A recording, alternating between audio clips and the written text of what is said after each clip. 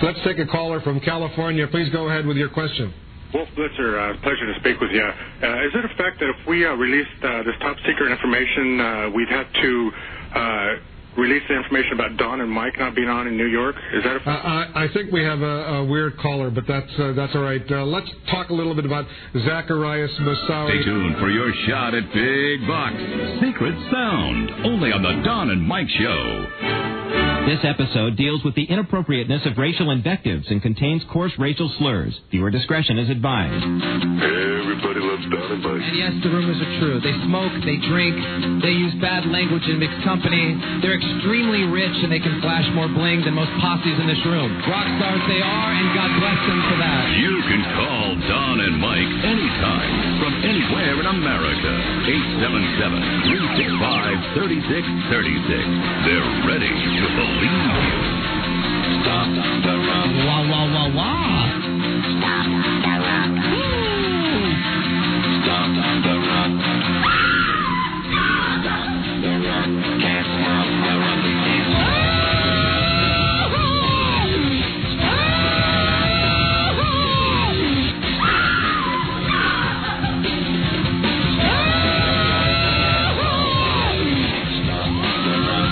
Hey, Don, Mike, about that last comment, you're on your own. Right on, I'll run around New England. Sounds like somebody's got a case of the moon blues. Take them all! Take them all! They're not me! I'm too young to know it. I just can't deal with it. It's too big. Shake my paranoia. Shake my paranoia. Shake my paranoia. Shake my paranoia. Shake my paranoia. I'm moving, dancing like Madonna. Into the groove. Wah, wah, wah, wah. Paranoia. I'm moving, like Madonna. Into the groove. What the hell is going on? Is this a magic show? I think your idea is entirely ridiculous. Cletus, what are you beating your guns about? Well, spank my ass and call me Charlie. Isn't this exciting? Stop the rock.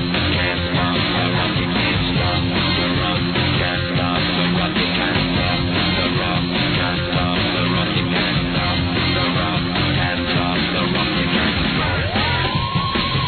Hi, hi, hi, hi, hi, hi, hi, hi, hi, hi, hi,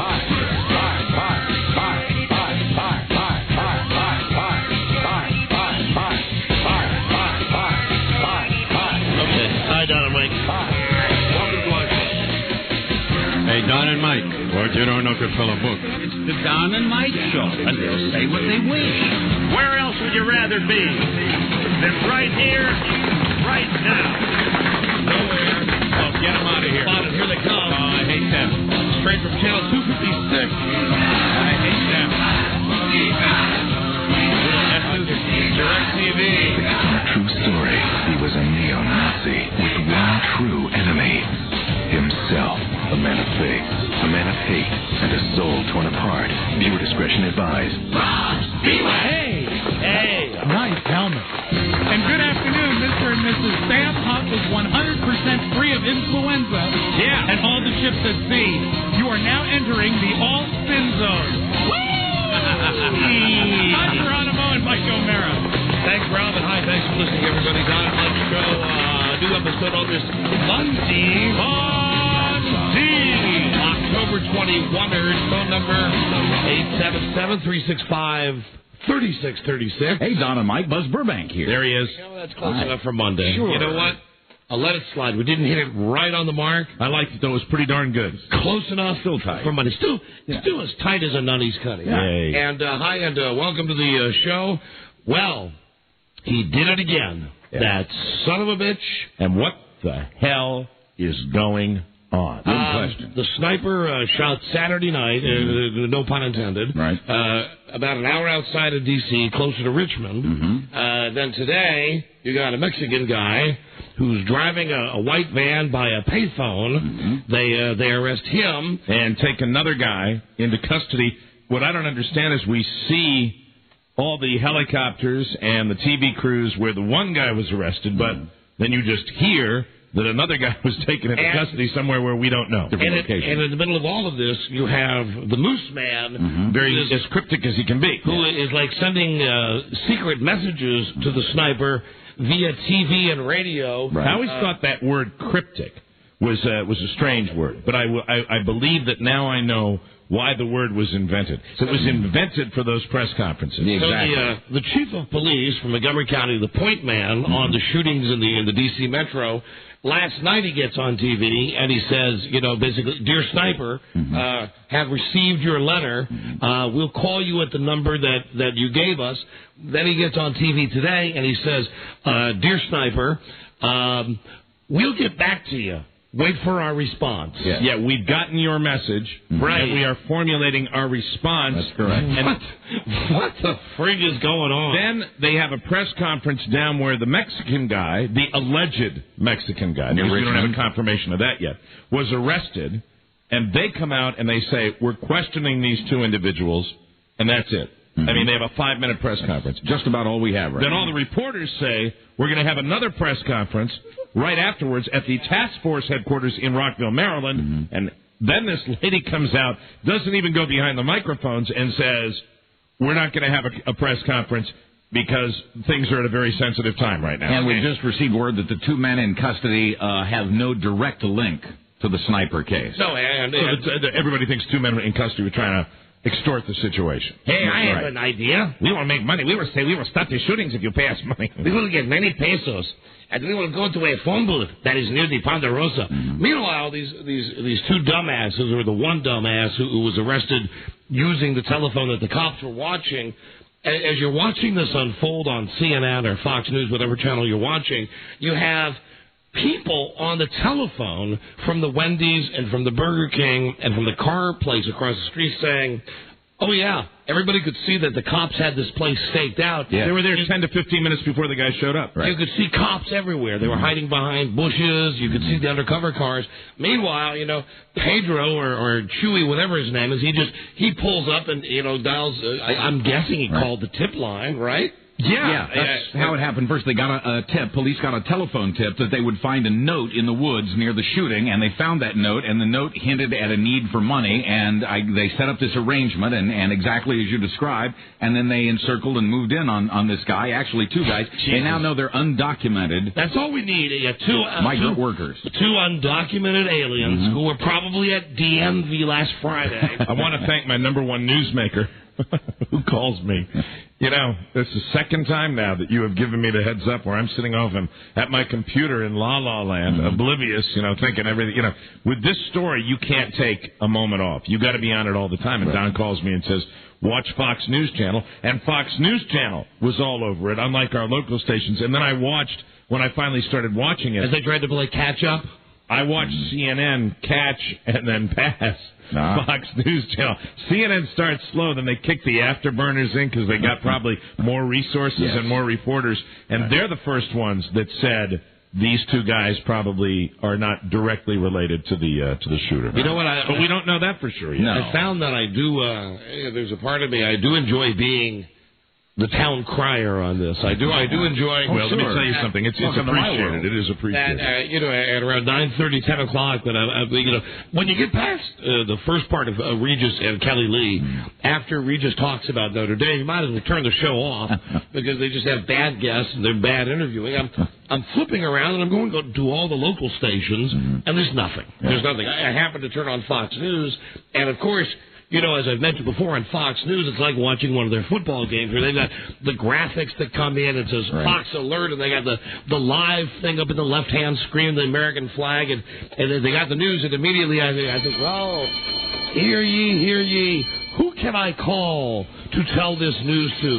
Who can I call and tell them that they... Because at that time I thought they'd caught the guy. Right. Yeah, it sure looked like it. They had a white...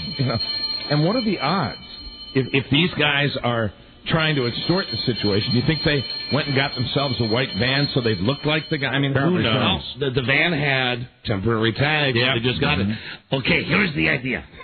What we will do is we will get a white van, then we will call and say, we demand 1 million pesos. Who knows? Hello? Police? Did they say the guy was actually not even an American citizen? Right. Undocumented workers, both these men. Hello. This is Senor Sniper. I demand 1 million pesos. Where am I? I'm at the Exxon. Across the street from the Ponderosa. Send over your famous SWAT people. So we don't even know what they were doing. I mean, nobody knows. Right. So I see this, and of course, I'm on the phone with Mike immediately. Then I call my mother-in-law. I call my wife downstairs. I call everybody saying, turn it on. Hello. Chief Moose, I demand 250,000 hubcaps. It's amazing. Yeah. Jesus, what a mess. And meanwhile, the sniper now, he's broken his regular string. And that works weekends. Yeah, he works on weekends. Mm-hmm. About 70 miles outside the D.C. area. Spreading out. And I know that we're on in Richmond, and it's a bonehead move to close down the schools. It's just my opinion. You should be resourceful. You should have your head on a swivel. You should look around and see what's going on. You could lock the kids down in school if you have to, but to close down the schools. Richmond's not real bright about school closings. They're the one that are still giving the holiday for Lee Jackson King Day, which are the two Southern Civil War generals and Martin Luther King. Oh, my God. That's one holiday down there. So they're just trying to get things ironed out as far as that goes. I agree with you. The FBI, however, may have asked them to shut down the schools today based on the fact that they knew this little meeting was going down at the Exxon this morning. So they asked them to shut down the schools because they knew that's if one it went theory. bad. But I mean, Can't prove it.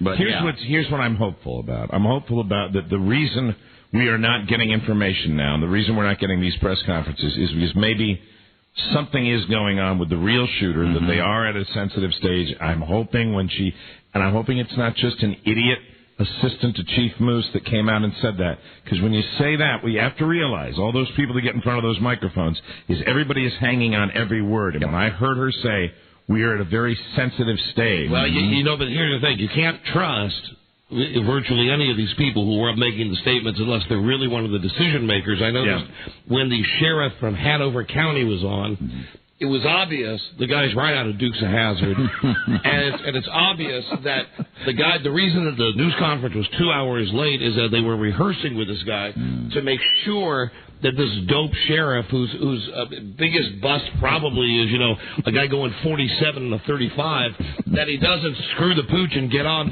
TV and say and let everything go, because his mannerisms, his speech pattern was so absolutely forced. He's really probably used to saying things not in front of microphones. Right. He's used to one-on-one communication where he says things along the lines of, you ain't in the big city now, son. So this guy comes up and and he had one of those plastic sheriff hats. You know what I mean? They're the kind they're the state issue, but they are the plastic. They're plastic, and he stands up and he goes, we apprehended two men, one man this morning. Of nothing else I could say. I cannot answer your question. Thank you. And then as soon as they start with the questions, he goes back to answer, and I see behind him all the guys with the earplugs. They all of a sudden are going, they're touching their ears like someone's going, uh-oh, Sergeant's talking. Sergeant's answering questions. Don't let the sergeant answer questions. Paging Pee Wee Herman. Paging Pee Wee Herman. We're not going to say anything right now except slow down out there. Just a good old boy. And Hanover County is a hell of a place to raise a family. I'd like to announce the Ponderosa is open for business. Oh, God damn. Jesus Christ. We're all really... Everybody is... Squirrely, man. Real squirrely around here. Absolutely squirrely. We're squirrelified. So, no scheduled press conference today. Right. The only one they had tomorrow. scheduled has been canceled, but that could change at a moment's notice, like everything else in this story. Hello, Don and Mike. This is John from Fredericksburg. No, either guys saw this morning, but we're watching the news from Richmond, and you're seeing the van just about to be pulled up onto the flatbed. And as important and as serious as all this stuff was, one of the officers is walking along. It's been raining all morning down there. Oh, I saw when the guy fell. Yeah, his hands go up in the air, his feet come out from under him, and he lands flat on his back. So embarrassing. It wasn't funny. I didn't laugh. It was. I think I'm probably the only one on the show that can speak with experience. It is not really thrilling to be part of a very major news story and fall tragically. Okay, I've had it happen to me. I was 9/11 at the Pentagon, and I was down at the United States Powerboat show with my children yesterday, and I will tell you that those folding chairs, now I am forever traumatized. I now look and examine and completely analyze every little plastic folding chair that I ever sit on. I don't care to sit on. They all make me nervous ever since Wolf Blitzer saw me fall flat on my ass, and I think I did my cohorts justice when I said the reaction was something like this. It was quite a fall. You said my legs and feet went up in the air? Yes, and immediately everybody, you know what it did? It lightened the mood at a very somber day, 9/11 at the Pentagon. Mm-hmm. It lightened the mood. It did, and it hurt. And I don't know exactly how to put this, but I'm going to put this now, and I don't want to get in the way of the police because I think they're doing a fantastic job. And I just want to do as much as I can on behalf of the Don and Mike Show to assuage everyone's fears and ask the sniper to call the show. And I mean that seriously, call the show. Now, I don't know if we're going to have a bunch of kooks calling in today, but I know that I'm frustrated, like everybody is, that there's not a whole lot of information out there. And I guess the sniper's calling some people, but we don't know what's going on. And I just want to announce that if we can crack this case on the Don and Mike Show, not only will I give the sniper for calling in a 7-Eleven prize pack, I will throw in tickets to see Guns N' Roses. So call now, Mr. Sniper, whoever you are, really. And if you don't call this show, call the cops and just, for God's sakes, just really end this BS. Yeah. I mean, if you want to get caught, get caught. If you don't want to get caught, well, we're going to catch you anyway. Time to wrap it up. But, yeah, I agreed, and Buzz. I think everybody feels the exact same way, that now if this dickhead is to the point where he's going to play games, he's going to call the cops, we got to have the chief of police on TV giving messages to this guy while he sits at home and gets his nut. Forget it. Take them. Now, I'm just offering this show as a way. You know what you're saying now? To take the middleman out of the process. I don't know the details as to why those guys were arrested. You can speculate that they were trying to extort money out of the situation. You're not sure. But it does occur to me that the longer this goes on, you're getting it's stirring up the dregs. You're stirring up the bottom feeders, and they're starting to come out now. And you're getting people that are, doing things like that. Downey, is it Dowdy? Dowdy. The guy who gave the false report about these guys involved in something, and you're getting. This really does bring out the best in people. I believe that. Yeah. Apparently, the wife of this individual that was shot down at the Ponderosa is supposed to be just this incredible woman who has, issued a statement, and I heard her statement read, and it's just incredible. But you also get the bottom feeders that are surfacing now, and Jesus, I think we just all want this thing to end, and. I hung on those words, and maybe I shouldn't have. That they said that it was. I hope that what's going on now behind the scenes, somehow there is progress being made. Real progress, because really over the weekend when you heard the stories before this other shooting took place, you heard that the police are stonewalled. I mean, they don't know what's going on. And of course, you can understand the cops. I mean, if they really are working on these leads, they're not going to tell us. Right. We're the last people that they're going to tell because they don't want to screw things up. I'm all for them keeping it completely out of the media. I really am. I'm torn on that. On one hand, I felt okay about it today. I understand that, but now after getting furious at the press conference down in Virginia, when I got real mad. Oh, you mean with the guy with the plastic hat? Yeah, because I was like, what the hell? Why did you even have a press conference? Right. So you could get on TV. I mean, well, no, that's not the real reason. I guess to say that these guys were taken into custody. It's the way that they set things up. It's that you let the arresting county, you let them make the initial announcement, and then you go back to the center, the nerve center in this case, the task force, right, to let the Moose Man handle it. Right. I just want to offer the show, though, as I don't want to say safe haven, because if we get the guy, we'll turn him in immediately. And also, I would like to say that I would give a portion of the reward money to charity. If, in fact, we were to help apprehend the sniper on the Don and Mike show. As usual, your generosity is overwhelming. And you don't have to do that. You know, what he doesn't have to do is reveal the portion of the money that he would give to charity. I would reveal it. Well, I would tell you now, it would be what I consider to be a sizable percentage of the and the reward is now $500,000. That's correct. Yes. I believe I could go as high as $1,000. Yeah. To charity. Very helpful. Keep $499,000. That's very nice of you, Don. And I'd give away some of it on the show, of course. Very nice. And I'd spread a little loot around here. But I'm kidding, of course. But Jesus, please, just end this. Yeah. End this. Stop this.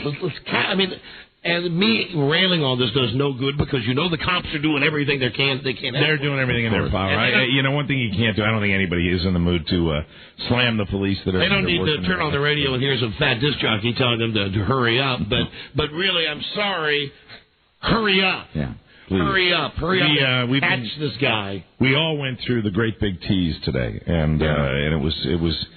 I think before they even came out and gave the press conference, some of the stories were leaked on the networks like CNN that, this might not be related. And I just got the sense of everybody was getting very depressed. And now we're lower about this than we have been, because we thought maybe they had the guy today and they don't have the guy. And maybe you guys feel like I do. I don't feel any particular threat on my life. And who knows? I might be the next victim tonight when I go to get gasoline. Who knows? It's just a slow burn now that has been going on this long, and that the guy, this sick, twisted F, is out there calling the cops and playing these games with them. I mean, I speak for everybody. I say, this is the greatest nation in the world.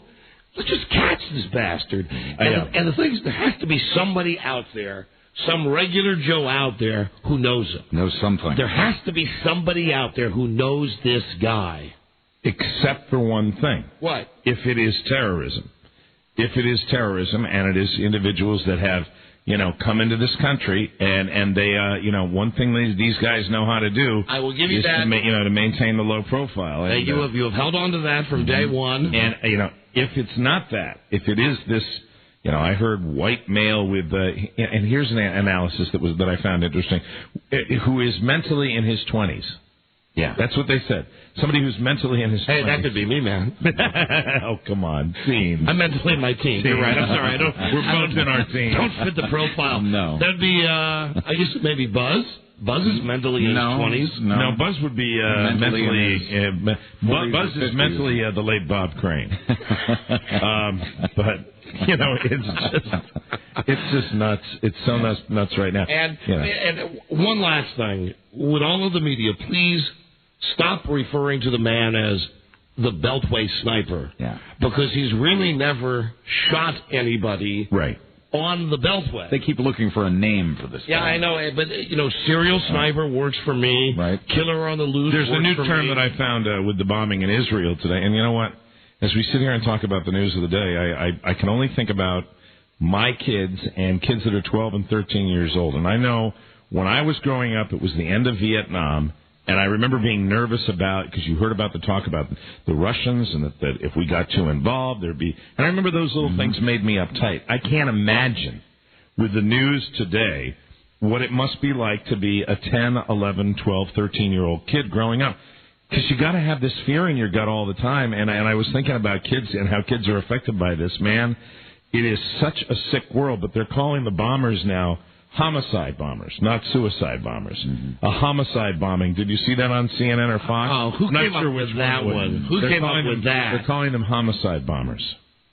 But they kill themselves. Yes. And many a lot of other people, yeah. Yeah, I mean, of course they kill Right. Yeah, you're right, Buzz. So it speaks to the question when a homicide bomber tries to approach a bus, they kick him off and he starts running away and it goes off accidentally, and he's the only one that gets blown off. Do you still call him a homicide bomber or a suicide bomber? Yeah. Just the things we talk about today. I mean, really, I sound like an old fart, but what's wrong with the world? Hello, Don and Mike Show. Don and Mike, love your show, man. Thank you. You were calling from Richmond, right?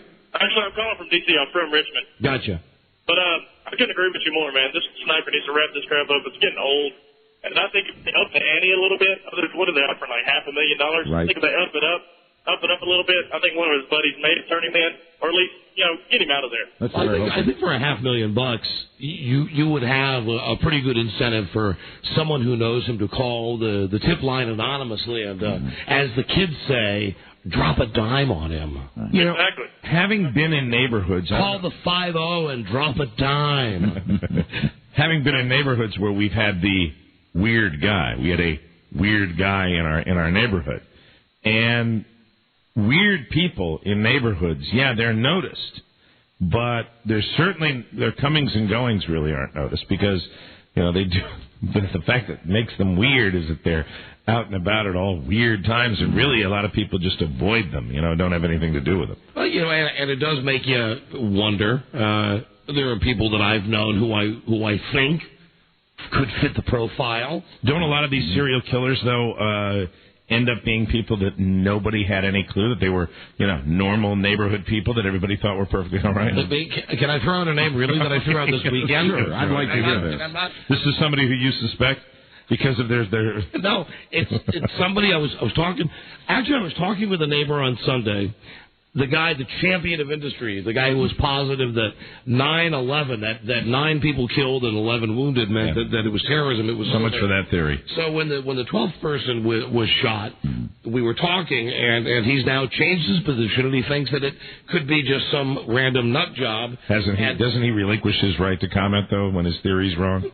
Well, I guess, but Mike, it's America. He was on the front porch. What am I going to do? There you go. Tell him to leave because his dumb 9/11 theory didn't pan out. On your Mayberry front porch. I did mention that it could be anybody, and I said, it could be somebody who you wouldn't even expect would have a knowledge of guns, someone who generally seems to be someone with a pretty happy outlook on life, maybe someone who's not particularly happy with the way their life is going, but on the exterior they try to put up a good front, and then all of a sudden, I swear, it just went, Joe Ardinger. That was the name that I came up with.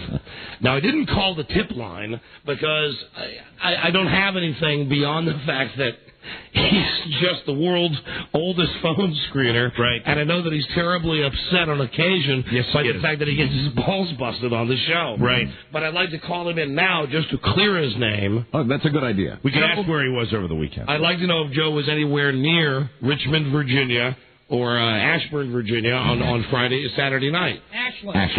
Here he comes. Now, Joe. Joe, where were you this weekend? Please don't take offense. Because generally it was a compliment that I was thinking someone who is... How could this man take offense at anything with what he's been through over the years? Someone who is at a dead-end position in life, but basically is happy with the fact that, there's never going to be the chance for you to rise above the lowly position that you have here on the show, but it's still a great position to be on the show. Absolutely. And you, even though I kid about firing you, and Mike, in fact, a couple of weeks ago did fire you 3 times in one night. Might have been 4, but I think Joe was drinking too. You know that that's just in jest, and that most of the time. Yeah, most of the time. But seriously. I know when it's serious. No, but when we were out the night, the 3 times I fired him, I was dead serious. But you know that we really wouldn't fire you. That we know that eventually we'll just wear down on you, to the point where you become like every phone screener, and you have to quit. Right, exactly. But Joe, where were you on Saturday night? Saturday night I was at home cooking ribs. Do you have a by yourself? No, I had my girlfriend with me and some other friends hanging out. Other friends. Beer. That's the alibi. There you other go. friends. Well, all right. Then you're off the hook. I own no weapons either. Oh, really? I'm not a gun nut, so. Okay, well, that's what I was thinking. It'd be someone that you would not immediately think. Right. Like, we used to have a neighbor who did have an absolute friggin' arsenal. Yeah. I mean, and I think those are people that you have to look hard at, and you've given your theory, and when you're talking about weapons ownership and people that are scary. Do you want to call him in? Yeah. Wendell, could you come in here, please? Our engineer. And Wendell, as you make your way in, I'd like to point out it was Mike who called you to the witness stand. God damn it, Don. It was Mike. It wasn't God me. damn it, I thought you'd protect me. It wasn't me. No. In the world of Wendell, absolutely not. I thought you would protect me. Absolutely not. Listen, my theory was Always Joe. kind of tense. But Joe has got an alibi. Sweet, doughy-headed Joe. Our wonderful phone screener with his dead-end job. Wendell has gone out to, no pun intended, the prairies of Wyoming and fired things like, oh, here he comes. Here he is now. Wendell, now wait a minute now, because Don. Wendell, as Shaggy sang. Hi, Mike. It wasn't me. Hi, Wendell. Just know that, buddy. It wasn't me.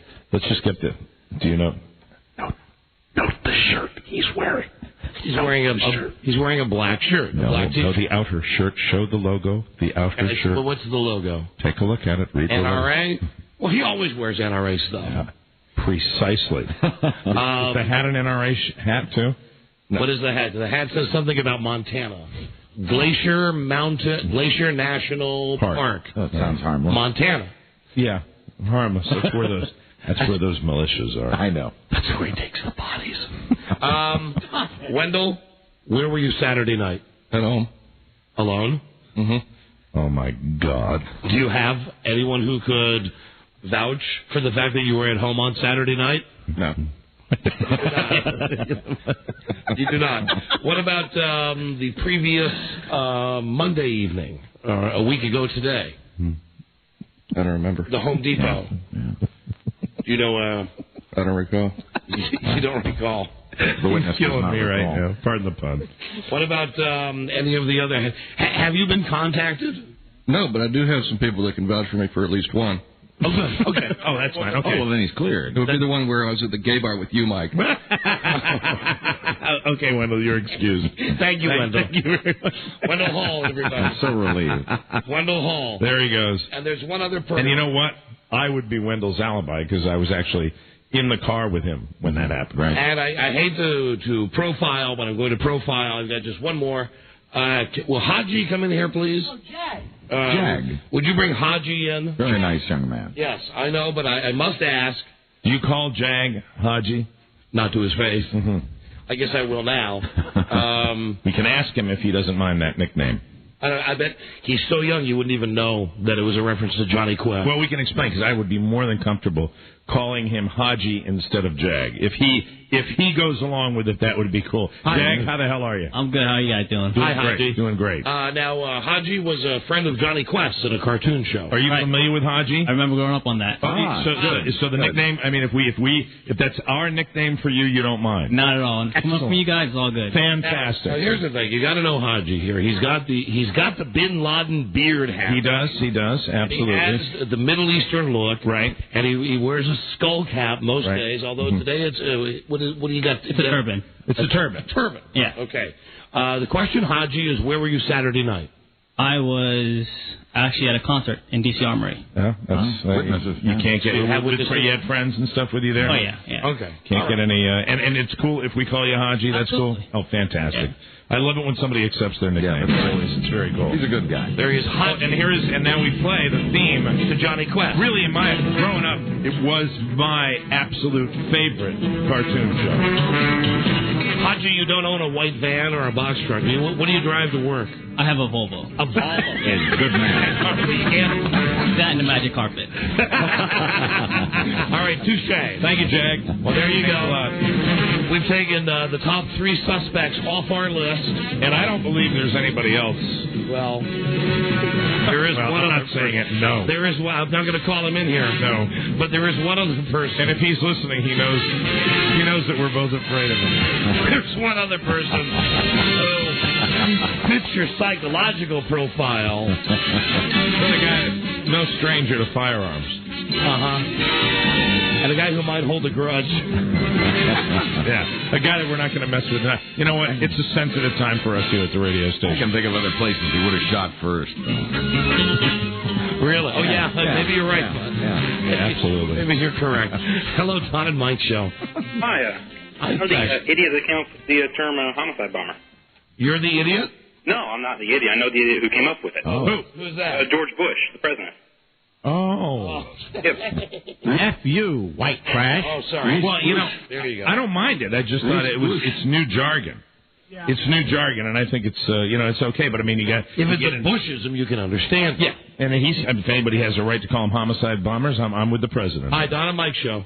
Don and Mike, Radio Gods. Hi. How are you? Okay. Listen, this is Eric from Baltimore, and I got to tell you, I'm fed up with this sniper because I'm a school photographer, and I feel sorry for all these kids.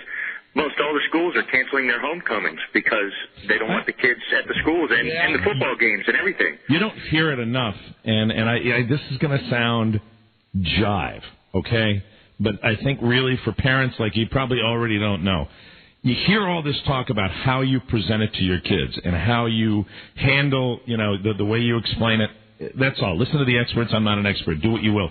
But just, hug them more, love them more, because really, I remember how I felt at that time, 12, 13 years old, and I can imagine you got a lot of kids walking around with this all inside of them, and they are just in knots because it is a scary, scary thing to be a 12, 13, 14-year-old kid anyway. And this just sucks. Mike, I urge everybody to take the advice of Channel 7 anchorman Doug McKelway. Oh, always, Tom. What would that be? Don't you remember when he got on the air and he said, well, what I tell my kids, he looked right into the camera one of the times he was ad-libbing last week, is right. We live in a metro area of between 4 and 5 million people, and statistically speaking, your chance of being shot is very, very low. Okay, yeah. All right, I'd like to pull off that. I don't endorse Doug McKelway. Doug McKelway, News 7. Out. Oh, I feel bad for the kids. I do. I really do. Don and Mike, hello. Hello. Hi. Hey, you're on the air. How you doing? Okay. I got a few ideas that we can do with the sniper dude when we catch him. How old are you? I'm 18. All right, honey. Okay, here's Are you a man or a woman? Sorry, I'm a woman. Okay. Yeah. Okay, good. I have a deep voice. All woman. Yeah, baby. Okay, Yeah. here's a few ideas that George Carlin actually came up with these. When we catch this guy, here's one nice thing we can do to him. You can dip him in brown gravy and you lock him in a small room with a Wolverine who's silent angel dust. That's creative. George Carlin would be no kidding, would be a good guy to call in for this. George Carlin is very angry. Yes. A Wolverine high on angel dust. Yeah, man. Somebody won't be. All right, what else? Give us one more. Okay, you could always. I don't know if I could say this over the air. But you just use letters if you have to use a bad word. Okay. You can hook up his his package, his genitals. Yeah. Yeah. And you hook him up to a car battery. Yeah. That's it. Simple but effective. Thank you, honey. No problem. Bye-bye. Yeah, I guess it was the last concert George Carlin did. Here are other people that ought to be taken into the woods and beaten with a stick. Yeah. That's the funny new angry George Carlin. I love George Carlin. Hello, Don and Mike show. Hey, how you guys doing? Okay. Hey, I wanted to pose this question, especially for Buzz. I was in Richmond Saturday night, and the local affiliate there had an amateur videographer who said he taped someone being arrested at the scene on Saturday. I didn't know of that, but I've heard nothing else about it other than the local affiliate there in Richmond. Have you guys heard anything? No, that had to be either a separate crime or not what it appeared to be, because that obviously didn't develop into anything. All right, well, Buzz will keep us abreast of anything that happens during the show, right? So we can. Right. Oh, absolutely. We can move on. I think it's safe to say that. Great work, Radio God. Thank you. Thank you. I think the whole town now and everybody around our Washington metro area feels kind of the way I feel when it comes to the secret sound. Out of the loop. Yeah. Don and Mike show. Don and Mike, Radio Gods. Hello. This is Ashland, Virginia calling. And that would be Rob and I. That would be in the role of the sniper. Yes. In that case. Well, or the investigator in the sniper. Chief Moose. Chief Moose. Yeah. Right. Be Chief Moose. Giving the cryptic clues. Absolutely. Hello, Don and Mike. Hello, Don and Mike. Yeah. All right. So you're calling from the site, Ashland, the city. Well, I live in Richmond, Virginia. Just wanted to call and let you know that I really love your show. Thanks. And I want to put all this in perspective. Just live your life, man, and keep going about business. Well, you think, I kind of agree with you, but it's very hard when it's top of mind, especially today when all this stuff is happening. Yes, you're exactly right. But on a higher note, I'm glad y'all are here in town. Thank you. That's nice. Thank you for calling from Ashland. Excuse me, Ashland. Don and Mike, hello. Don and Mike, Keith, how's it going, guys? Hey. Where's your crap detector now?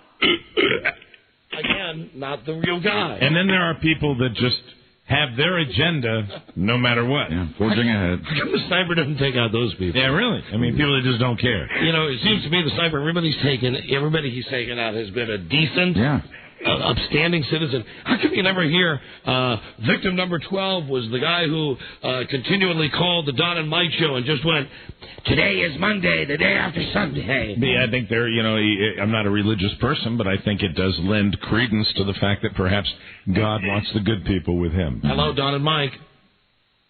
That's why and you we're and here. You and I will live forever. I believe so. Hello. You're both. How you doing? Hello.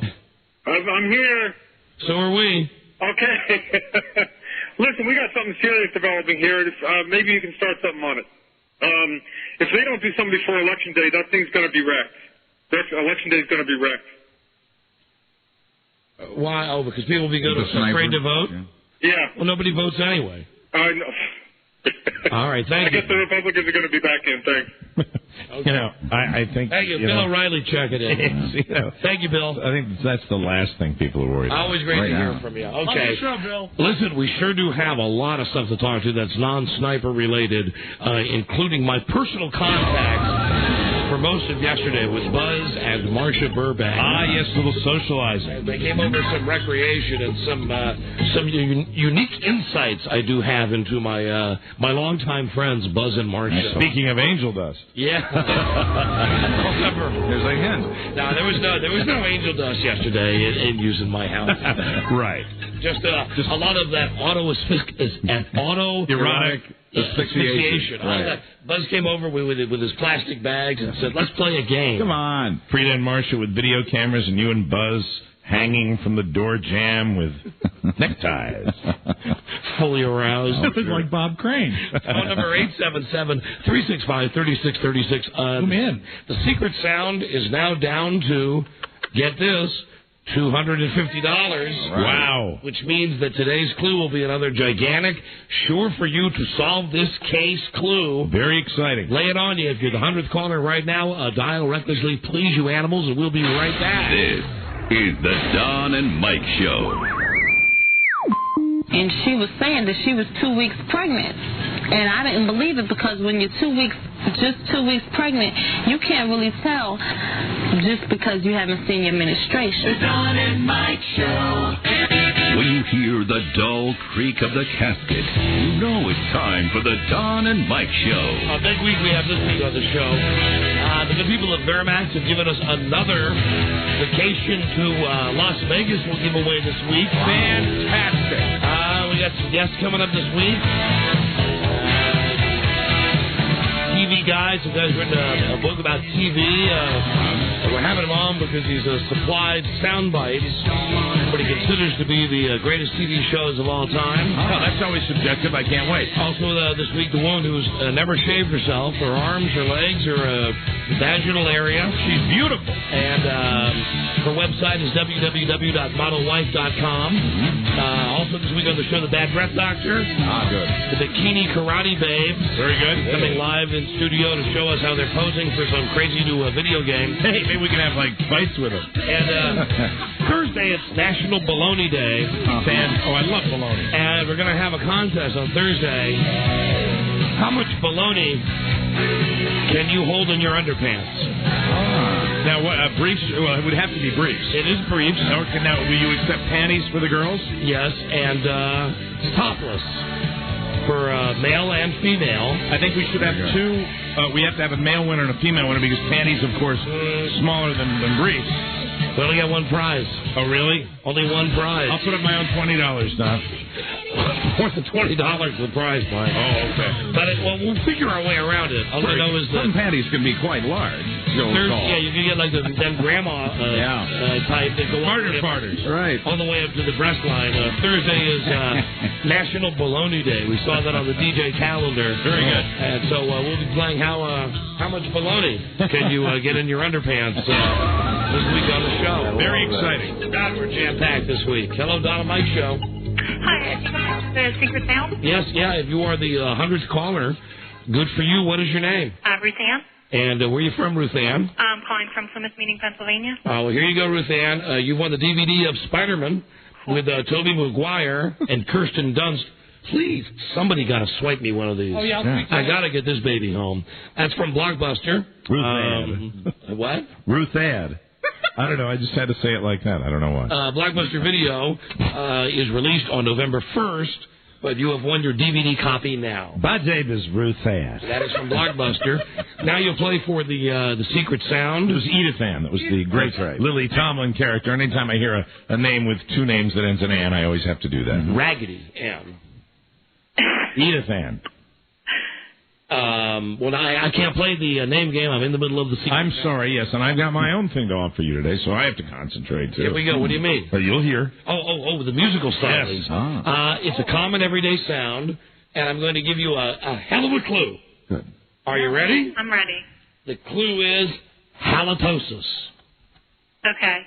Now, Rob, that is a good clue. Oh, I know what it is. Too good. That is a hell of a clue. That's too good. Identify this simple sound and win 250 bones. Please don't answer until Mike sings like 311.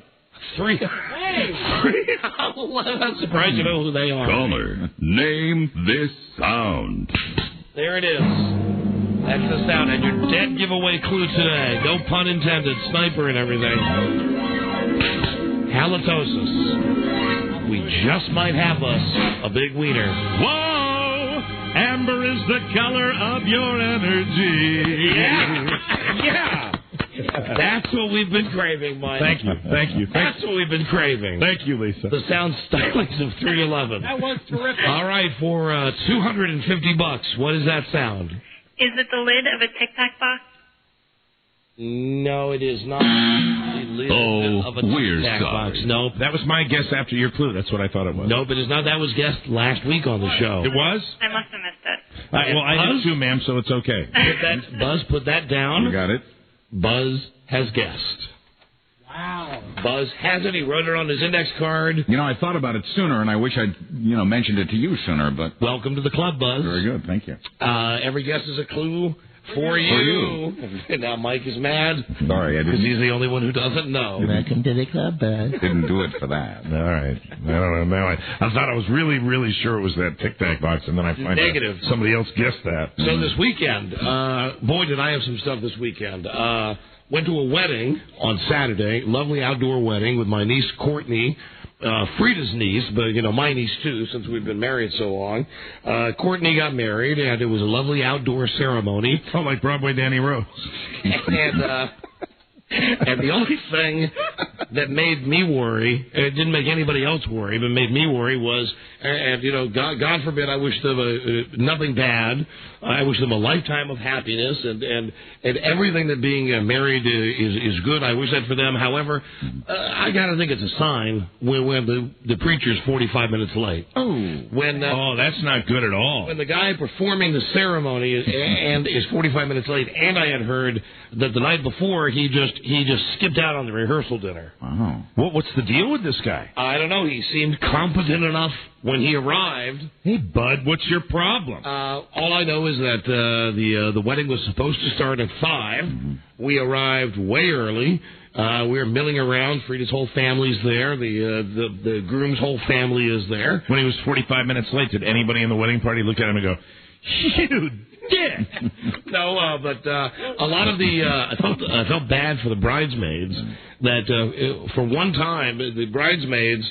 I don't go to a lot of weddings, but generally they dress the bridesmaids in really awful dresses. Yes. Yeah, horrible colors. That they'll never wear again. Right. The bridesmaids had real nice dresses that, because the back of them was so low, required no brassiere to be worn. We noticed that, did we? And it was... it was slightly overcast. Right. Temperature approximately 61. And a very stiff breeze blowing. Oh, baby! The wedding was held at a marina with boats and the water on the ground. And as the time went on, the bridesmaids got colder and colder. Oh, baby! Yeah. And everybody was cool with it. Nobody liked it when I said. Did you offer your jacket? No, of course not. I was enjoying the show. Nobody liked it when I brought up the fact that it might be a bad omen that the guy was a half hour late and then was 45 minutes late. You didn't choose to keep that thought to yourself? No. And you know me with my loud voice. This is a bad omen for the bride and groom. We were saying, of course, I'm right in the front row. This marriage won't last since the Reverend's late. I'm sitting right in the front row, and all they had was a guy with a flute and a guy with a what would you call it, a guitar, and they were playing very lightly, and everybody was speaking very softly. And I realized as soon as I said, "This is a bad omen." So then, what will be this wedding when the preacher's hours late? And I knew. I felt every hand in the room did a swivel and looked right at me. That's such a drag, though, to be like almost an hour late for the service. Because I mean, weddings are all about everybody just wanting to get the service over so that they can have the reception. Right. But I will say this for the groom, that he didn't know how to handle the situation. When it got to be 5:30 and the priest still wasn't there, you know me, ADD, I said, well, I can't just sit here. I'm going to walk around. I'm going to walk and go back there where everybody is and wait to hang around with the groom and his friends and wait for the Reverend to show up. Was it a Catholic priest? Yeah. And oh, well, now I know why he was late. And when I got back there, the groom was power drinking a beer. Attaboy. And I said, attaboy. I said, good for you. I did the exact same thing, and the guy who married me was not even late. I did it twice. He was absolutely. I did both my marriages. I drank beer before the service. Maybe I shouldn't next time. I like that. So it was a really nice ceremony, and as it turns out, we lucked out when we left. Did the priest apologize when he arrived? No apology. That's a good Catholic priest. No apology. Made them feel guilty. No apology. That's right.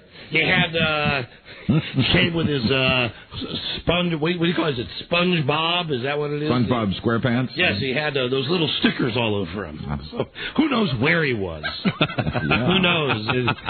Was there alcohol in his breath? Yes, he smelled of beer, and he had. I'd like to apologize to all the people here that were so patient to wait for me. I lost my way going to the marina, and I stopped by a daycare center to find out. And he had a Blues Clues sweatshirt on. I asked this lovely young man who was riding his bicycle in the neighborhood, and he was just so wonderful. I asked him if he could hop in my car and guide me as to where the service was. No, he was all right. The service was lovely, and I wish them the best of luck. And then Sunday, we had the Burbanks come over to watch football with us. How about that? The Burbanks are coming for dinner. And it was a very boring game. The Redskins got killed by the Packers.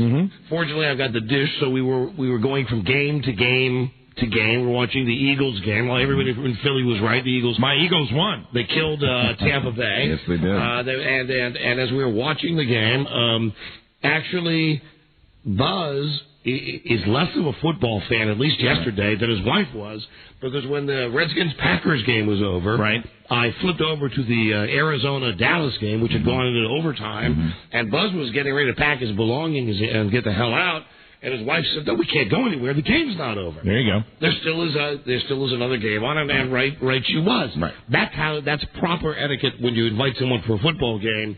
You watch all the games till they're all over. I didn't know that. I thought it was game singular, and I thought at the end of the Redskins game that was my cue. I didn't want to overstay my welcome. No, you weren't. You and Marsh never overstay your welcome. You mean to tell me that if you invite somebody over to watch the game, you're talking about a 1 o'clock till 7. You're talking about a 7-hour commitment. It was a 4 o'clock game. It was a 4 o'clock game. Oh, it was a 4 o'clock game. Right. It was a 4 o'clock game. Oh, so you watched the end of all the 4 o'clock games. Right. Oh, that's no problem. Now, I will tell you this, that there was liquor flowing. Some wine. I did not imbibe. I had, I think, maybe one of them lemonades, but that was it. There was lots of wine being had by Buzz and Marcia and Frida, and I'm afraid I'm going to have to call my wife out on a couple of things that she said while the game was getting out of control. As the Packers continued to roll up points, and as we flipped from game to game, and it was apparent the Eagles were going to win, and then it got to be halftime, somehow, I don't know how it is, we got on the discussion topic of retards. It's a conversation starter, I think, by your wife. And My wife made a statement that I wanted to call her on yesterday, and I told her I was going to call her on it today, that she said retards are happy, and that the blanket statement was that she would rather have, and I'm sure my son will feel great about this, she would rather have a retarded kid who is happy because he doesn't know any better. Right, he's happy. Than a regular kid who's screwed up with all the problems that a regular kid has. So she said a choice between a retarded child who's very happy or a genius who's very unhappy. She said if you had to choose, this was her conversation starter, if you had to choose between the unhappy genius and the happy retarded child, which would you choose? Well, that means she'd be, if she had that situation, she'd be a loving mother to both kids, I suppose. Right, of course. And I would venture to say she'd killed at least a bottle before that was... But that was on the heels of, if you could have any car, what would it be? And like myself, Buzz, Marshall, we all stopped, we looked at her. This is out of the left field. Right. What? If you could have any car, what would it be? So she goes to Buzz, and Buzz said, I guess a Lamborghini, I think was your guess. Any car, if we're just going to go crazy. Well, how did you answer that question? I didn't answer. Really? What would you, if you could pick any car you wanted, what would it be? See, that's like one of the stupid things my wife does. I like that. I like it. I'm into it. If you're into cars, you're not that into cars, though. Even though you know what you like, but you're not. No. I mean, you kind of buy cars like you'd buy a jacket. You just go in and pick something out. If you like it, it's a bonus, but it's not a big deal if you don't. And speaking of, let me just break topic here for a second. I have to tell you, and you can use this in a commercial if you want. Men's Warehouse. I want to say something about this store. Being a man myself. I hope it's good. Yeah, it's very positive. I like that place. My kid needed, for this wedding we went to on Friday, my kid needed a jacket, and I needed a new tie and a shirt, and it is a pleasure, an absolute pleasure as a man, because we all know how men shop, to go into an establishment, say to the guy, he says, "Hi, can I help you?" I said, "Yes. This is my son. I'd like him to get a nice brown sport coat. He's going to be wearing khaki pants, like a nice brown sport coat, and maybe like a mock turtleneck for underneath." Me, I'm looking at a shirt and tie combination that goes with a charcoal jacket. There you go. Right. I mean, 3 seconds later. Oh, they're the greatest. The guy comes over, he takes the jacket right off the rack, puts it on my kid, fits perfect. I go, "We'll take it." Gets the shirt for my kid, lines it up with the jacket. I go, "Great, we'll take it." And before I know it, the guy's got like 5 combinations in front of me. Yeah, they're awesome. Shirts and ties all laid out. Yep. I mean, total time spent shopping in this store, less than 5 minutes. Yeah, I mean, I know it sounds like this. And that is a compliment. Yeah. People would construe this as like a fake thing. But we're telling the truth here. No, We've both been there, and that place, amazing. The customer service, man, they really do. And if you need something like done, I swear to God, they really do. This sounds so phony. I am so glad, it sounds like a commercial. I am so glad, though, not to go into one of these places and have to do the phony bull-ass small talk and having them trying to push stuff on you that you don't want. All I said was, the kid needs a jacket. I like him with a mock turtleneck. I need a shirt and a tie, and boom, that's it. We were in, we were out. Nice job. I got a pair of pants one time at the place. Now, this was maybe up in New York. Maybe it's because it was in New York. But they did a pair of pants. They did the cuffs? Yeah, you know, where they shorten them. Hem them. They did the hemming. They said, go walk around for a half an hour. Come back in about half an hour. They had it done. Right? Amazing. I mean, pretty awesome. You don't get that at many places. They do the really cool thing where they lay the shirts out and they whip out the tie and they do like some sort of magic fold and all of a sudden it looks tied. Yes. And they lay it right on Very the shirt. nice. It's so cool. And what I loved about it was really, we were in the store 5 minutes. That's great. But we got everything that we needed, and it was so different than going like to Macy's or Bloomingdale's or one of those stores you know, this is not phony, but you know, in the building right now, there's some account executive that right now has just soiled his or her pants. Send me a gift certificate because I'll use it. I was fantastically happy because I hate the exercise of going shopping. I hate going into the store, and here's what you get. You either get someone who's super into the over-service thing, or you get the disinterested person who acts like you're doing them a favor by coming in to buy something where you really have to, like, ask for their attention to help you get something. No, I mean, it was boom, boom, boom. 5 minutes. Absolutely 5 minutes. Beautiful. Thank you very much. Perfect. So now, as far as my wife and retards, this is one of the things that she's bringing up as the wine is flowing. Okay. She's bringing up first, if you could drive any car, what kind of car would you drive? So we go around the room with this. Then she starts on this thing with, if you could have a genius kid or a retarded kid, which would you have? And again, we go around the room with this, and it's just maddening because all I want to do is watch the game, right, and have some nice conversation. And my wife wants to have serious conversations about this. And then, we get into the whole tard thing about, but the kid's tard. But she says no, but the kid would be happy. Right. And I said, well, but you could have a kid that could grow up to be Bill Gates. She said, but Bill Gates might be very unhappy. So it was just another one of those maddening Frida things that she does. When people come over, she likes to get to the chewy, center. She can't just make conversation like, boy, aren't the leaves nice outside? Or say, what about that sniper? What do you think about that sniper? No, it's got to be first, what car? Then it was the retard thing. Then it was Buzz's belly button. Oh, yeah. We are we're sitting in the cave watching the end of the Dallas, Arizona game.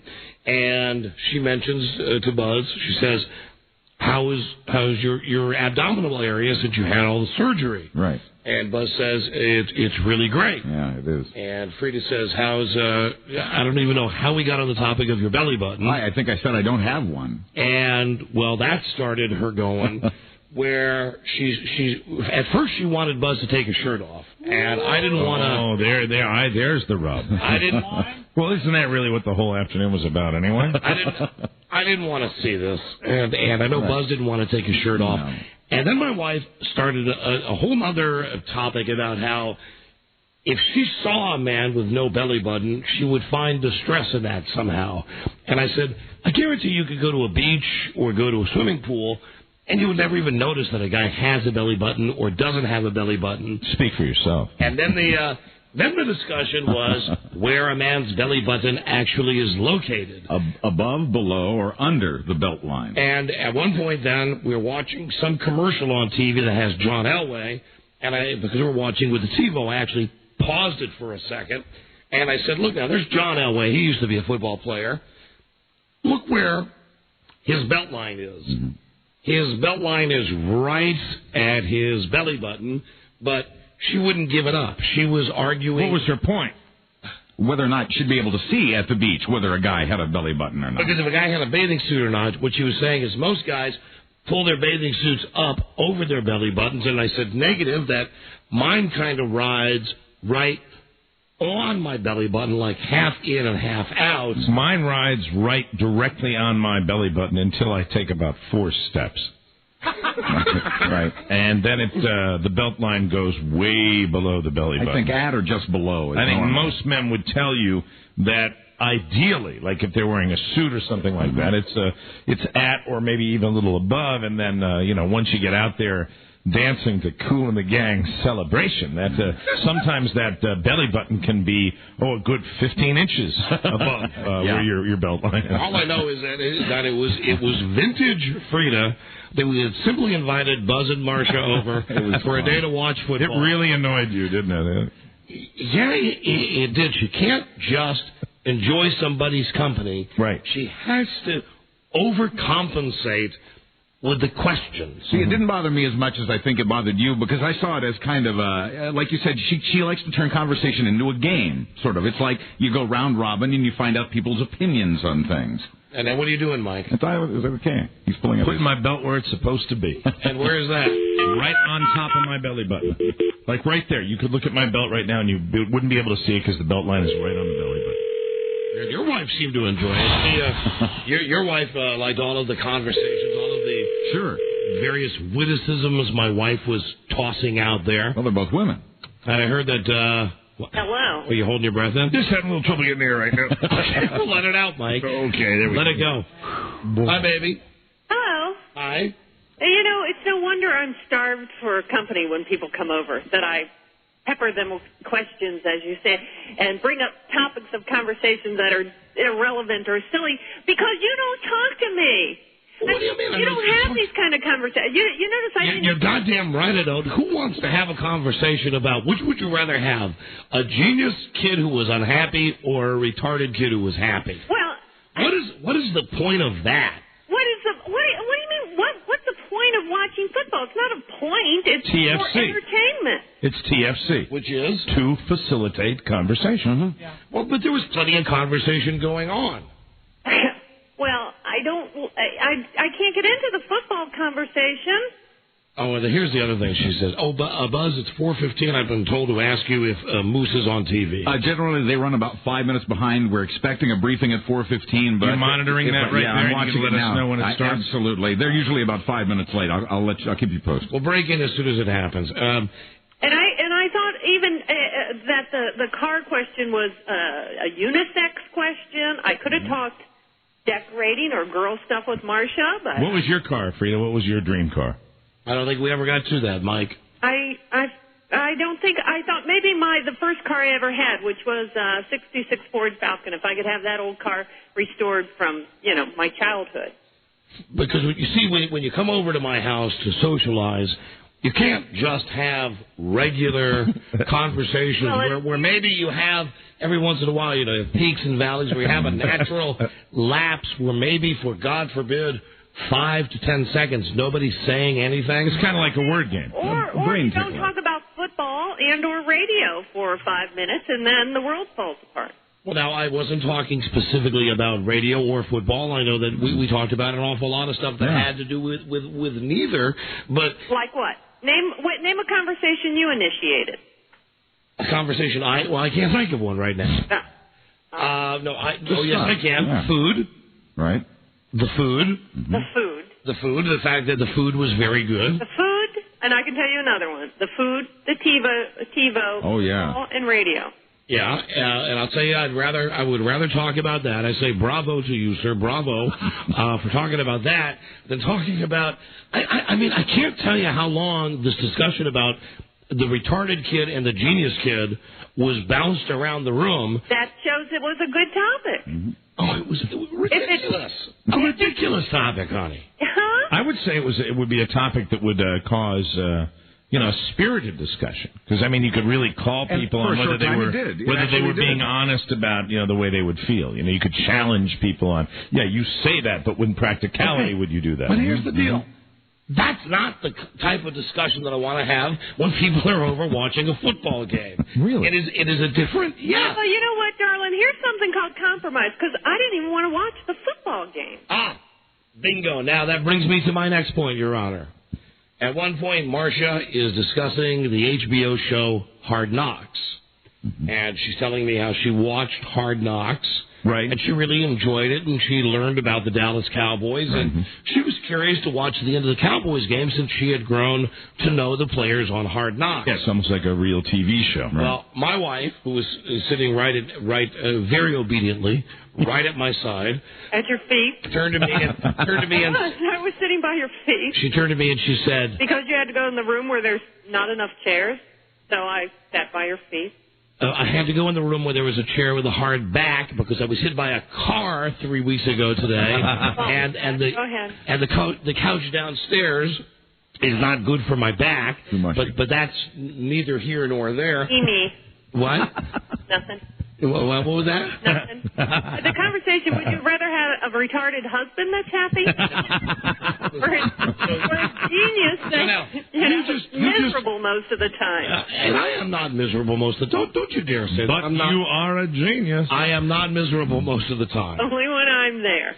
When's the last What a time? coincidence. You are wound up. Normally, when I offer that genius comment, I at least get a thank you. Thank you, Mike. You're welcome, Doc. Thank you, but I'm trying to. I don't want to. I understand. I don't want to forget my point. You have your eyes on the prize. That she says right here. She says she doesn't like watching football, which is why she had to bring up all of this stuff like what type of car do you like? Right. Was like a retarded kid or a genius Is this kid? During the football game? Yes. Well, that's the problem. Now, Marcia is saying, Well, I enjoyed watching the Hard Knocks show. And my wife then looks at me and says, you never asked me to watch Hard Knocks with you. I didn't even know what the Hard Knocks show was. And I said, I know I've told you about the show. I told you when the guy crapped in his pants. No. I know that you've walked in the room when I've been watching it. I don't. It's all football if I walk in the room and you're watching football. But baby, Tell me about it. here's the point though. Even if I asked you to sit down and watch Hard Knocks with me, you wouldn't have watched it because you don't like football, as you just said a moment ago. Marcia said she didn't like football until she watched this show. So you mean if I was to ask you to watch Hard Knocks, you would have watched it? No. Okay. I don't mean that. It's a trick question. It was just a conversation. Yeah, See, that's the whole point. What was the point? There was no point. It was just a conversation. Just conversation. Yeah. And what I don't get is, when you're watching, Buzz, you got something for us there? Yeah, Chief Moose is speaking now. If you'd like to hear it. Hold on, baby. We're gonna go to the Moose Man. Okay. Hold on. Punch it up right here.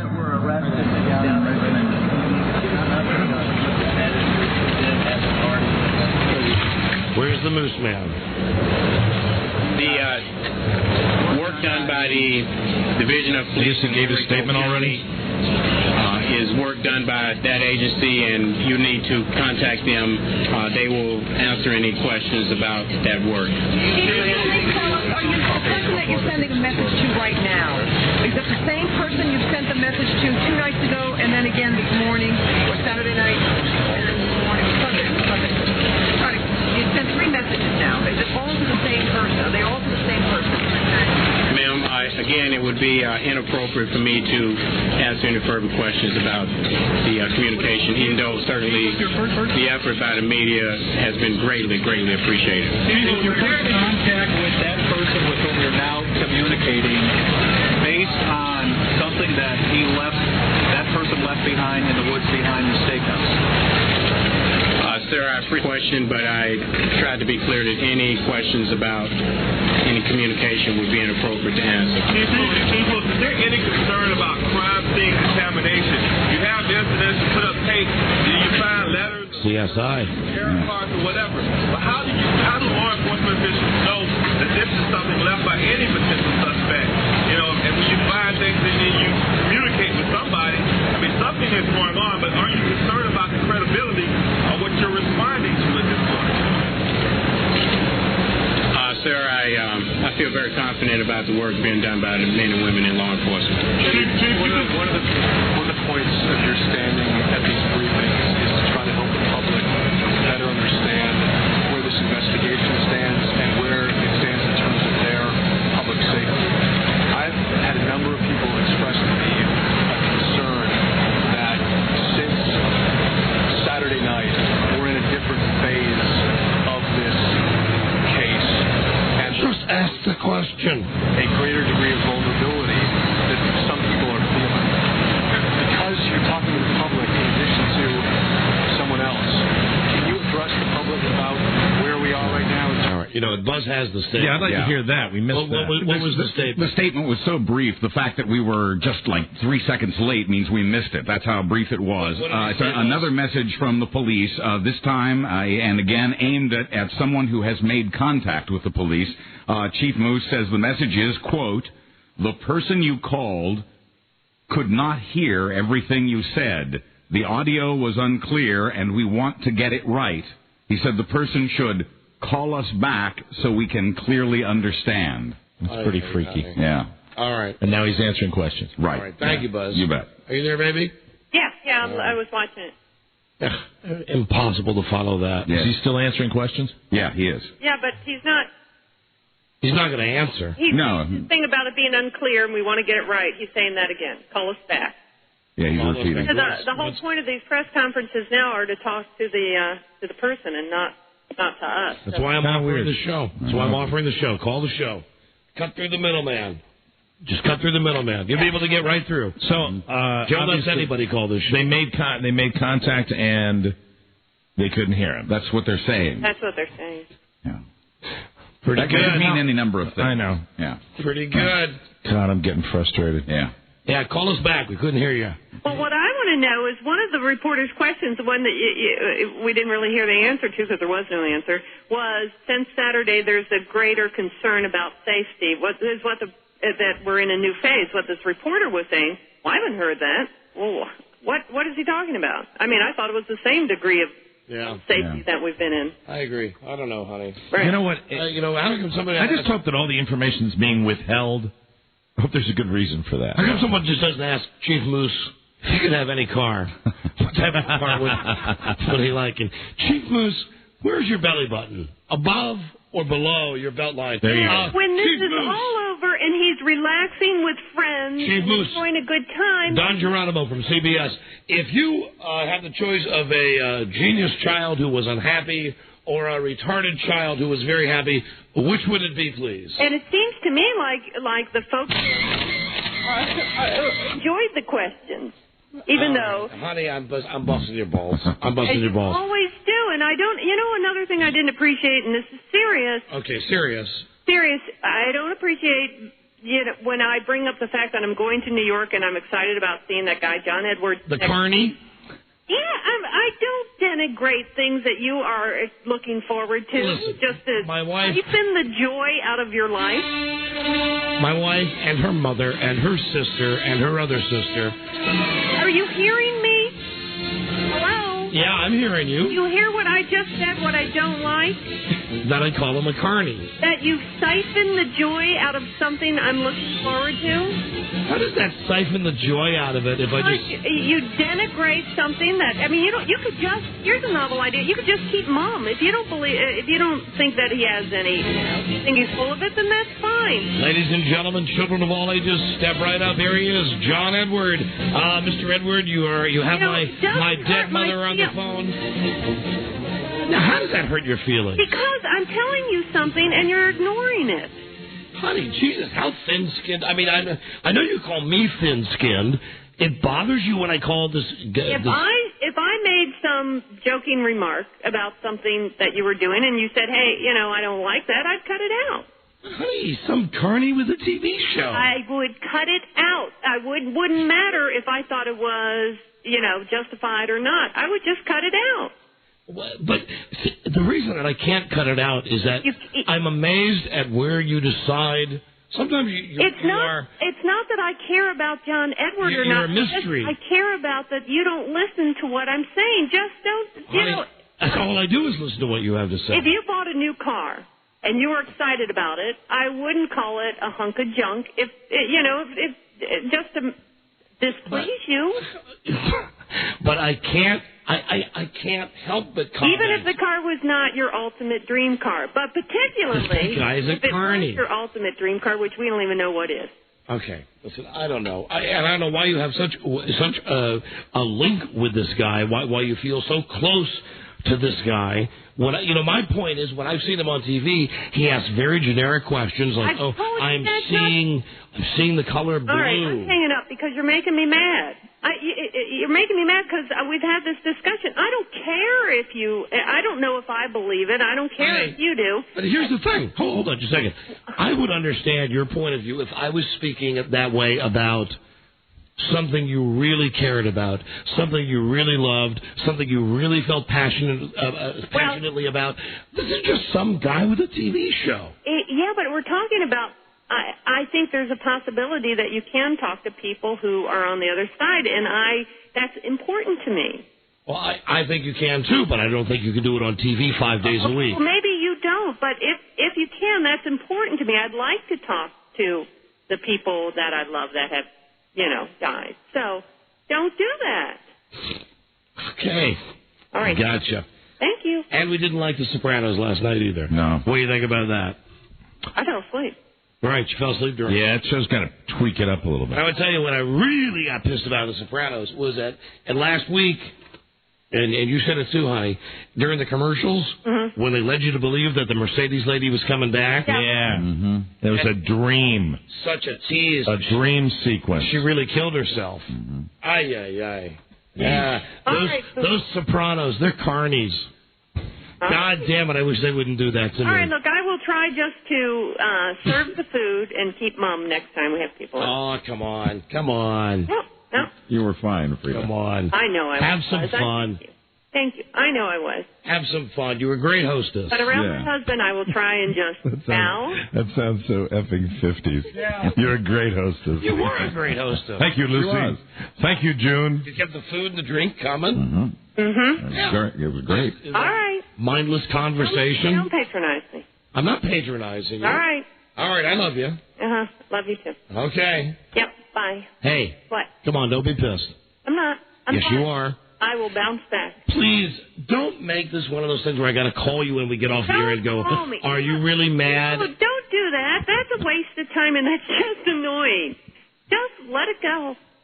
But why this Carney thing? Why is this the one that pushes you over the edge?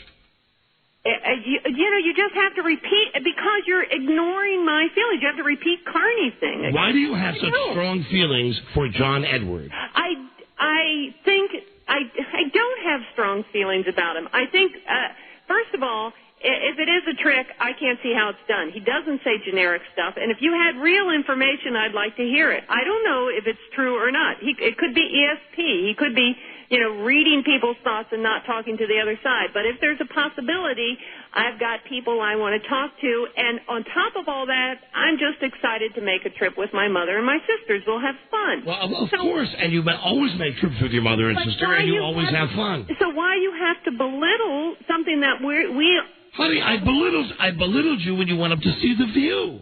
When it was important to go see The View. It wasn't important for me to see The View. That was my mom's thing. I was in agreement with you on that. So it wasn't important to see The View, but it is important to you to see the Seaman. Of course, it's important. We're all, it's hard to arrange everybody's schedule. It's the middle of the week. I've got a class.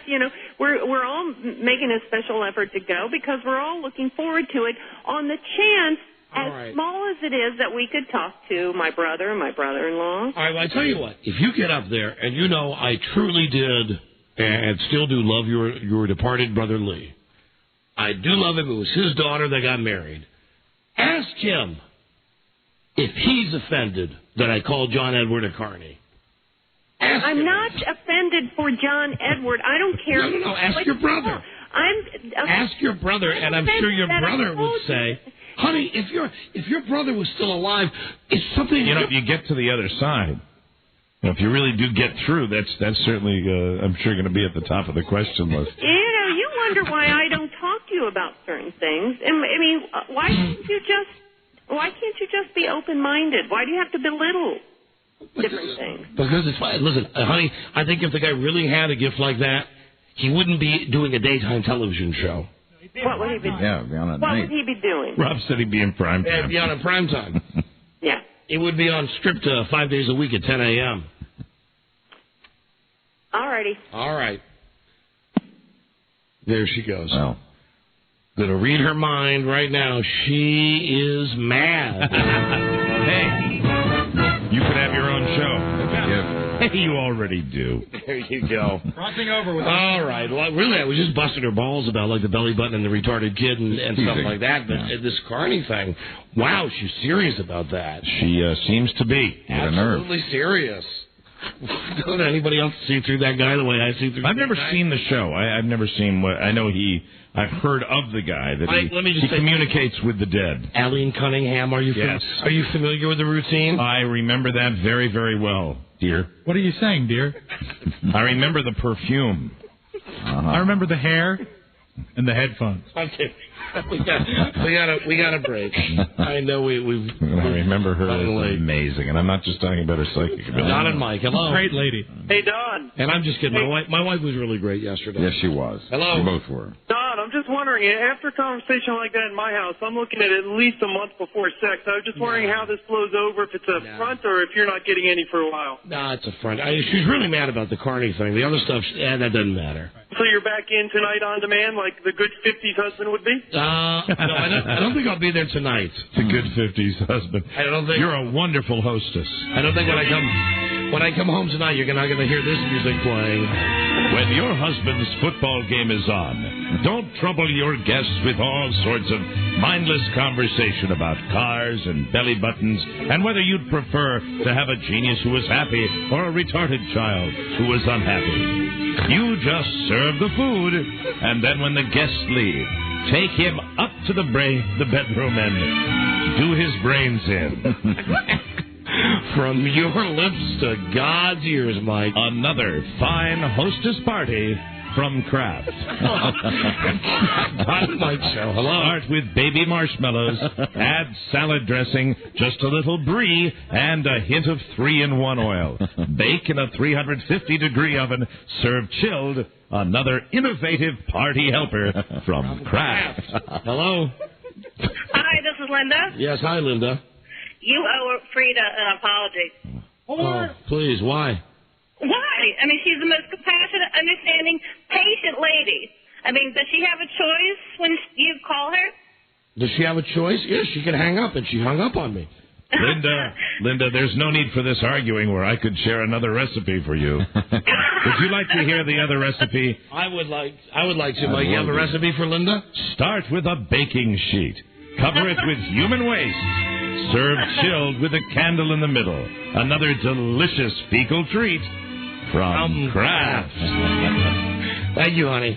Listen, my wife lives like a princess. Shed no crocodile tears for her. I know, but she's so patient, and sometimes it seems like you guys are a little bit belittling to her. Start with Kraft baby caramels. Add a steak and 3 fingers of vinegar. Have you ever heard when she's called me a dick? Well deserved. Oh, so it's well deserved when I call her a dick, but when I make fun of her liking the Carney guy, then I'm out of line. Well. You know what? You're all the same. You're all the same. Keep a piece of Kraft cheddar cheese stuck between 2 pillows all day long. That's right. When it's seasoned, add salt and pepper, Kraft blue cheese dressing, and serve hot. Another delicious hors d'oeuvre from Kraft. And you couldn't live without us. Oh, F you. You don't even want to have any fun. I couldn't. No. You're right. No, I couldn't. God, lady. Everybody lighten up. I couldn't live without her, but you I could live without. Oh, definitely. Goodbye. Thank you. Serve. No, thank you. Here's Rob's. Serve Velveeta and veal in a work boot. So anyway, that's my weekend. Listen, new feature on the show. Yes? The Rob Spiewak mailbag. Oh, wow. Is Rob getting some hate mail? No, some love mail. Some love mail. Some love mail. From hateful people. When we come right back. This is the Don and Mike Show. You know, it's a funny kind of a thing, but, I feel better after I got all that off my chest. I feel like a load. A load is off my shoulders. You're good. Doc, thank you. Mr. Edie, I didn't do anything. Oh, you did something? No, I did nothing. You did something? I didn't. The load? Gone. Where is it? Don't know. You're good. Nah. You're good, Doc. You're good. I'm going to begin to touch with you. Don't, please. Oh, just one more thing. If I talk to you and you turn me into a fag, I'm going to kill you. You understand? Could we define fag? Because some feelings may come up. I go fag, you die. Got it? Got it. Simple. Mm-hmm. Huh? You're good, Doctor. You're good. The Don and Mike Show. You can call Don and Mike anytime from anywhere in America. 877-365-3636. They're ready to believe you. Right. Uh-oh. Sounds like somebody's got a case of the Mondays. Not me. It's time to roll back the stone and let the comedy rise again. The Don and Mike Show. Hey, Don and Mike. Wonder who that could have been. Consider it. Someone from the other side, Buzz. Hi, Don and Mike. Hey, Don. Yeah. Hey, this is Jay. I'm from Sacramento. I want to talk about the belly button thing. Well, talk to Buzz. Buzz doesn't have one. I used to have one. No, when you wear your pants, like you were talking about above or on your belly button. Yeah. See, I could see, like, if you have a smaller torso, you probably wear it below your belly button, but if you have a really long torso, you probably wear it, like on your belly button. Both Mike and Rob are viciously doing the Sacramento dance right now for you, sir. Why are you guys doing the dance for me? I'm not an idiot. know you can't see it, but It's actually a very good call. they're doing it, and they're not even pointing at their belly buttons. Mike's is rather sexual. Rob's involves his nose and his armpit. Oh, man. That's a new step. Mike's involves his breast. A bold new step. Don and Mike, hello. Don. Yeah. How you doing? Okay. I just wanted to ask you, if you were home on Sunday with your wife and friends, watching the football, yes, sir. would you rather be blind or deaf? That's a tough one. Yeah. Deaf. No. No, you'd want to see the football game. No.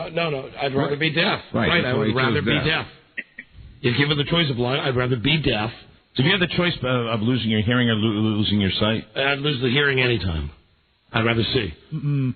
Yeah, I'd rather lose my hearing. Oh, I'd absolutely lose my sight. Really? Yeah.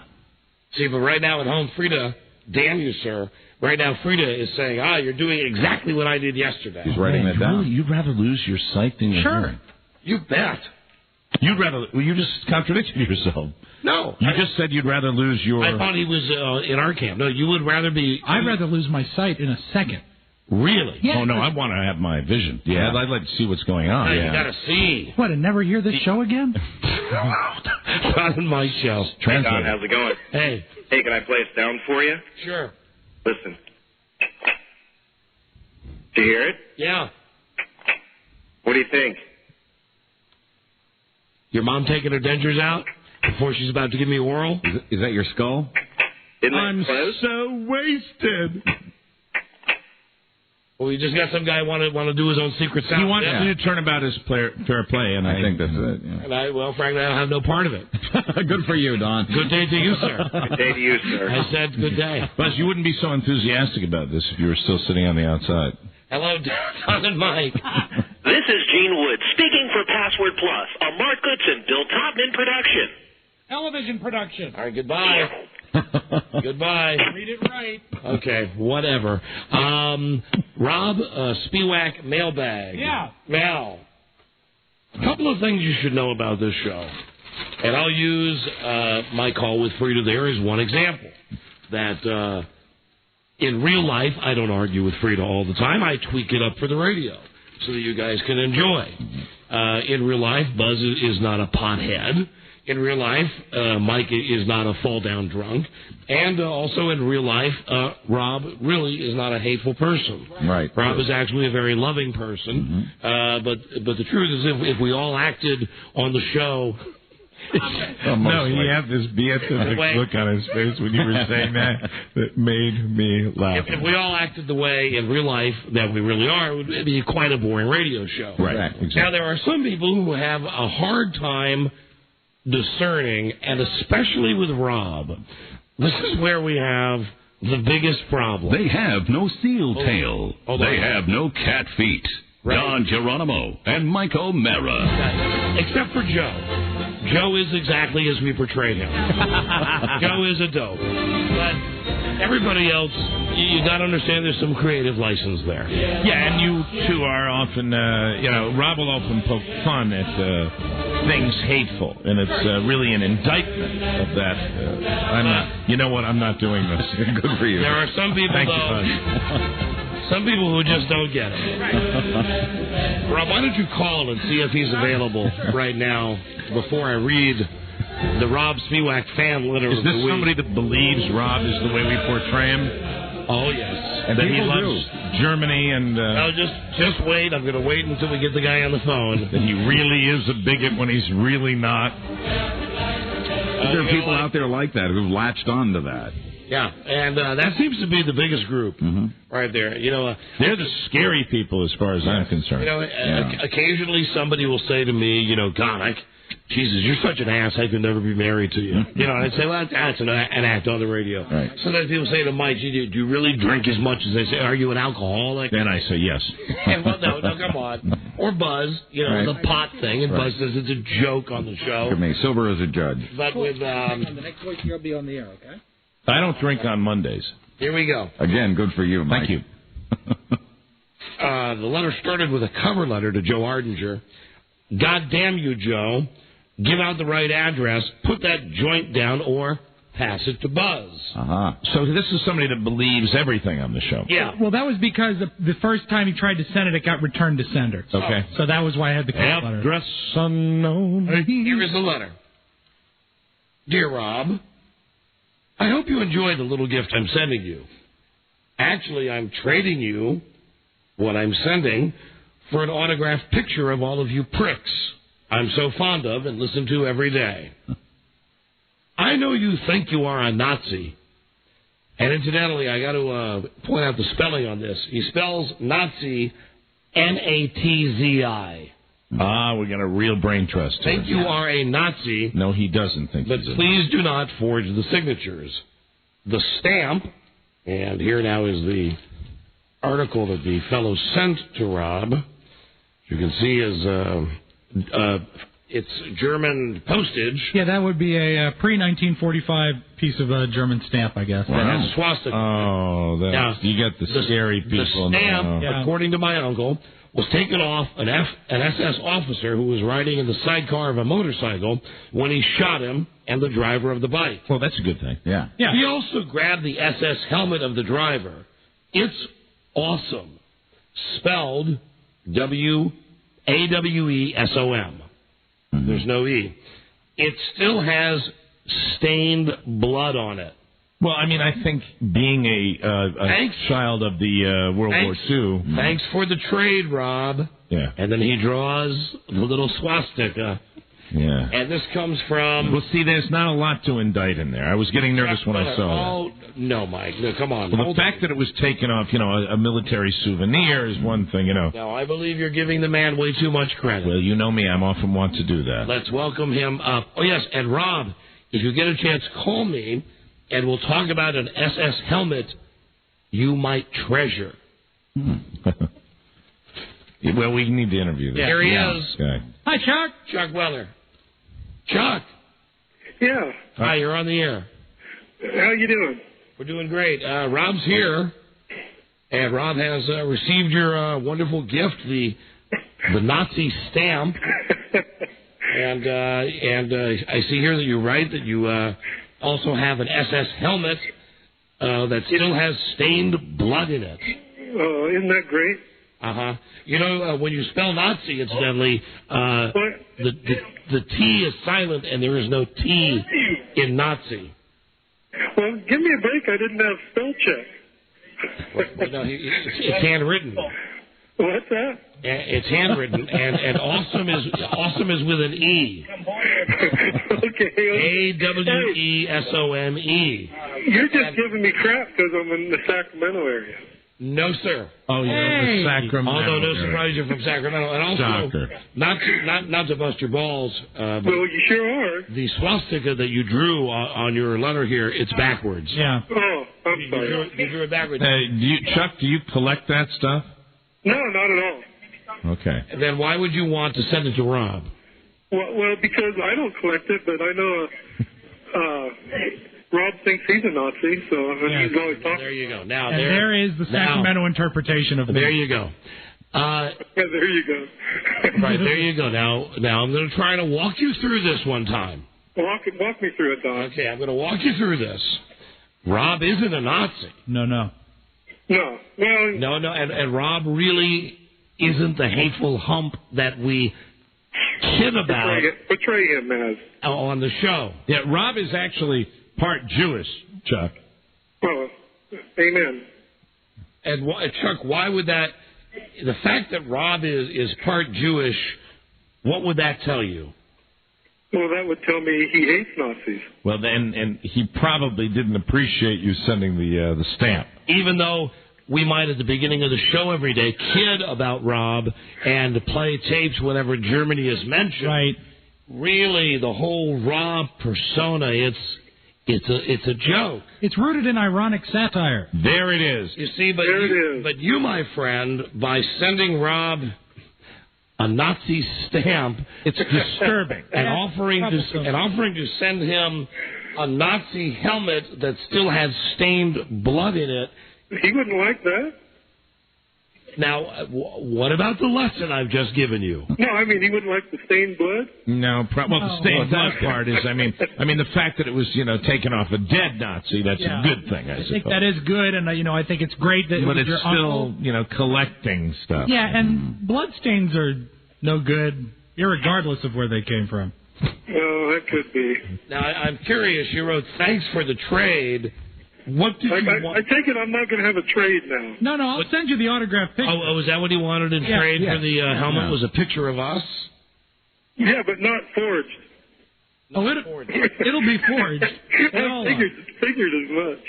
Okay, but just tell me that on some level you understand what I'm saying about Rob. I understand completely. Very good. And so, is there an outside shot that you were doing irony and satire as well? This is... Sir, can you hear me? Sarcasm. Yeah, I can hear you. Okay, how come you're not answering me then? Well, my cell phone's probably messed up. Okay. Hey, pull over for a minute because it's getting bad. Hey, I was just joking around and it was sarcasm. Oh, very good. All right, well then that's good to hear. We're relieved. That's fine. Describe sarcasm. Describe sarcasm to me. Why are you busting my balls, Don? I was doing something nice. Because I feel that you've been. I feel that you've been given too much credit by the people around me. Please describe sarcasm. Oh, okay. Hey, well, listen. I'm a Packer fan too. What is sarcasm? Poor Brett. Goddamn, I sure hope he gets back. He'll be fine. What is sarcasm? What is sarcasm? Yes. I was joking around. What is sarcasm, though? What is sarcasm? Well, you sure put me on the spot. Well, you mentioned it after Mike and probably a tough question for somebody that can't spell awesome. After Mike and everybody gave you the help there to give you an out to say. Even Mike was all right with it. No, I'm not all right with it. I don't like it, even when you're joking. I probably get more creeped out about seeing a swastika come through the mail than anybody else here. But I'll tell you, I think maybe you were joking. But you know what? Rob's gotten calls from people that really think that Rob seriously feels that way. And I was just asking you, since Mike gave you the help where he said, well, I bet you're being sarcastic, and you said, yeah, I was wondering just if you could tell me what the word sarcastic means. What it means, I don't know if I can get it exactly right. It means I was going along with something, but I didn't mean it. I was joking in a jokingly manner. A jokingly manner. And you're not like a collector of that stuff, and you don't adhere to it. If I collected, I wouldn't get rid of it. I just found it in all this old crap I have. And when you guys talk about Rob and stuff, I said, well, I'll send it to him. Okay, but Rob, I think I speak for Rob, really doesn't want your Nazi paraphernalia. Thank you, Don. Well, matches are for cheap, just burn it. Burn it, Don? He's offered. He's telling you to burn something. All right, we'll burn it. Thank you. Okay? Chuck, let's burn it right now. Chuck, if I misread you, Chuck, I apologize. Oh, quite all right. Us Packer fans got to stick together. Hey, he likes you now. Can we burn it right now? Do it. Please do. It could be quite valuable among philatelists. Yes, no, hold on a second. We do have a guy on the phone who says it could be worth something. Yeah. Hello, Jeff. Don and Mike Radio. Rob could take the money and give it to a good cause. Hi, Jeff. Hey, guys, listen, I do have some family that has some history on this. This was a kind of a folklore piece. It was never used for legal tender for sending mail, any sort of postage on mail. Well, so this is really nothing more than the equivalent of a Pokemon sticker or something. Oh, all right. Well, Don's actually burning. I'm not a full-on expert, but I did stay at a Holiday Inn Express last night. Oh, yeah. Well, then I don't know. I might be actually burning up something that's worth. Oh, there goes. Hundreds, thousands of dollars. And now consider it burned. It's been burned. It's burned. There you go. Hey, Chuck. Congratulations, Rob. Chuck, the thing is, it's just guys like you that every once in a while I think we got to set the record straight. I mean, the show is not that complex. Do you think this falls under the category of leave the driving to us? Yes. Let people do that satire and that very delicate satire. Right. You leave it in the hands of trained professionals. Exactly. Okay, Chuck? Well, you guys make me laugh. Oh, all right. Thank you. And I agree. It is. It's your job to make me laugh. Right, Chuck. All right, Chuck. Thank you for thinking of us, Chuck. And ladies and gentlemen, keep those cards and letters coming. Okay, Chuck. Get my picture. All right, yeah, he'll send you your picture. Send your picture. You got it. And you know what, Chuck? I promise it won't be forged because I have something I want to write, especially to you. Hey, don't write nothing that I'm a Nazi lover because I'm not. We established that, Chuck. Okay. Okay, thanks. Thanks, See you later Chuck. on, guys. Hey, Chuck? Bye. Chuck? Yeah. If Don writes anything like that on the picture, just know that it's in a jokingly manner. Yeah, if I write that you're a Nazi, N-A-T-Z-I, I'm just being sarcastic. That's right. And that's awesome. S-O-M. I'm just joking. Okay. All right, bye, Chuck. Bye, Chuck. Hey, later on. There he is. Our friend Chuck. You know. Hey, Buzz. Yes. Oh, Chuck's still on the line. Yes, Chuck. Hey, burn one, Buzz. There you go. Yeah, Chuck just loves it. He gets it now. Yeah, he really gets He's with it now. Later on. Go. Bye-bye. Bye. Hang up. Right, he gets it. He sure does get it. Yeah. You know, it's freaky when that kind of crap comes through the mail. Yeah, you don't know. You know, Why'd I get mixed up with that bitch? She got a great ass. And you got your head all the way up it. Jesus. Ferocious, aren't I? When I think of asses, woman's ass, something comes out of me. oh, yeah. And you're listening to The Don and Mike Show. Right. God damn it. The Don and Mike Show. I never knew. Hello, Don and Mike. Hi, is this Don? And Mike, hi. Hi. I was listening, and I was hearing you talk to the guy that sent Rob Spiewak a swastika.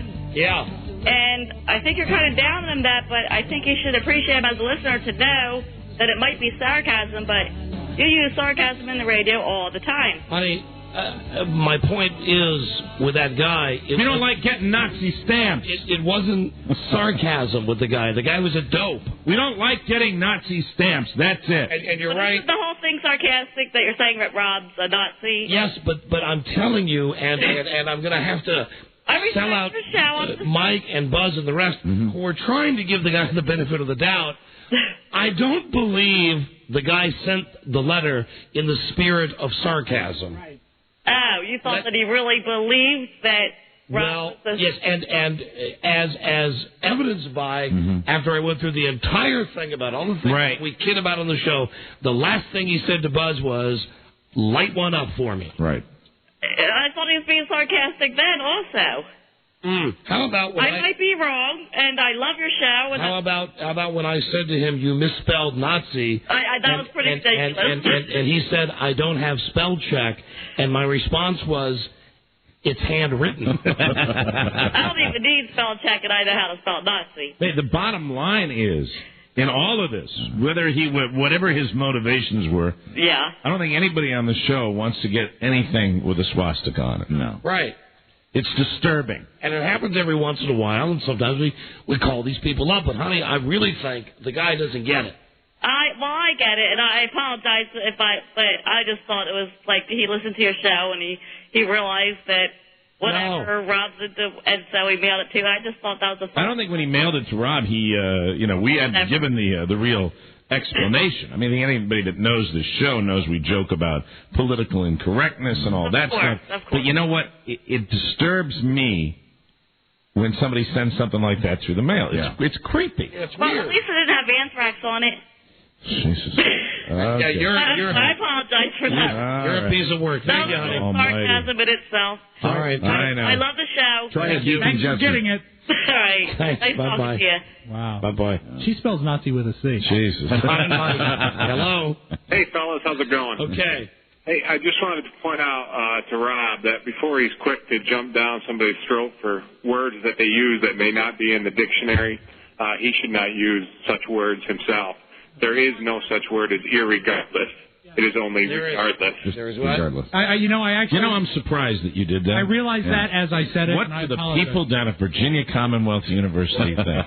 Yeah, you know what? I heard it, and I will tell you, it was just like somebody putting a little needle in my right one when you said that. That does not come out of your mouth very. Mike, I heard it, and I did not even freaking notice it. Irregardless. You know what they're saying at VCU right now? What are they saying? Hello, Don and Mike show. Hi, Don and Mike. Hi there. Hi, Rob. Hi. I noticed you said irregardless too, but I was going to be nice. I wasn't going to point it out. No, I think he was giving it as an interpreted thing. But, hey, Rob, you can't really use anymore that because you have Jewish blood in you, you can't be a Nazi. Okay. Because I actually know of people I know black people and Jewish people that are actually so-called Nazis. Oh, my God. It's crazy. I know. It's very crazy. That is crazy. All right, thank you, honey. Okay, bye. Goodbye. Hello, Don and Mike show. We're all grabbing our ties right now. Hello. Hi, Don and Mike. Ed. From Philly. Hi. I just wanted to say I feel really sorry for myself because all these really stupid people keep calling in and just No. Listen, don't feel sorry for yourself. The point of this exercise is feel good about yourself. Right. Yes. Feel good about yourself. I love you guys. It's just I can't stand, particularly Sacramento. I think they should go back to recorded shows because live they keep calling in and just proving how dumb they are. They do seem to call quite frequently. Light one up, Buzz. Seriously. Thank you, my friend. Hello, Don and Mike show.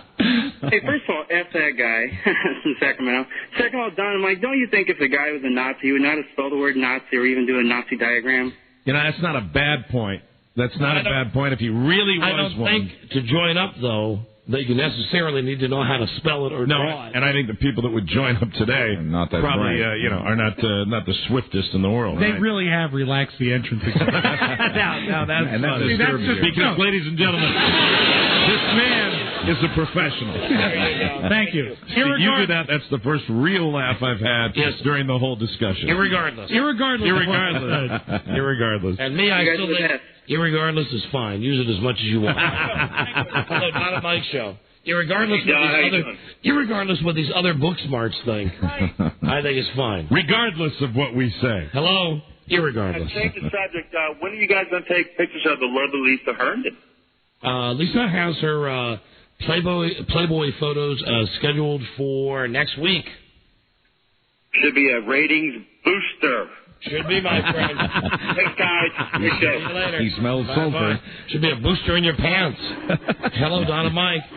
Yeah, I'm just calling to say that in Webster's dictionary, you can't find the word irregardless. It's a slang term for regardless, established around 1927, 1937, somewhere in there. So irregardless is a word. Irregardless can be found in Webster's Third Collegiate Dictionary. That means it is a word. It is a word. You know what? I think unfortunate. That's unfortunate. That's the end of the world as we know it. Now Buzz is going to his dictionary. That's the end. Bob is as ashamed as he should be. He shouldn't be ashamed of that because it is actually a word. All right, thank you. Now, going to the world, Buzz, you're looking it up? Yeah. Well, that won't change what the caller said, irregardless of what Buzz does. Very true. Don and Mike, hello. Hey there, guys. Hi. Hey, Rob, I got to educate you from the dark side here. I lost my eyes 4 years ago. Now, the thing is, you can't see the pretty women, but you got to listen to them bitch all the Man has a point. All right, thank you. From a blind listener, Rob. Not a problem in my house. Thank you. I tell you that, irregardless of what you say. Don and Mike, hello. Hey, guys, I hope you give Sacramento a break. We haven't been the same since our mom died. Amen. Now let's go to the World Wide Web. Very good. Courtesy of Al Gore.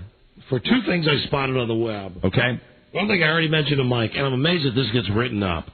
On DCRTV.com. Yes. And the guy's like a fan of the show. I hope so. I think.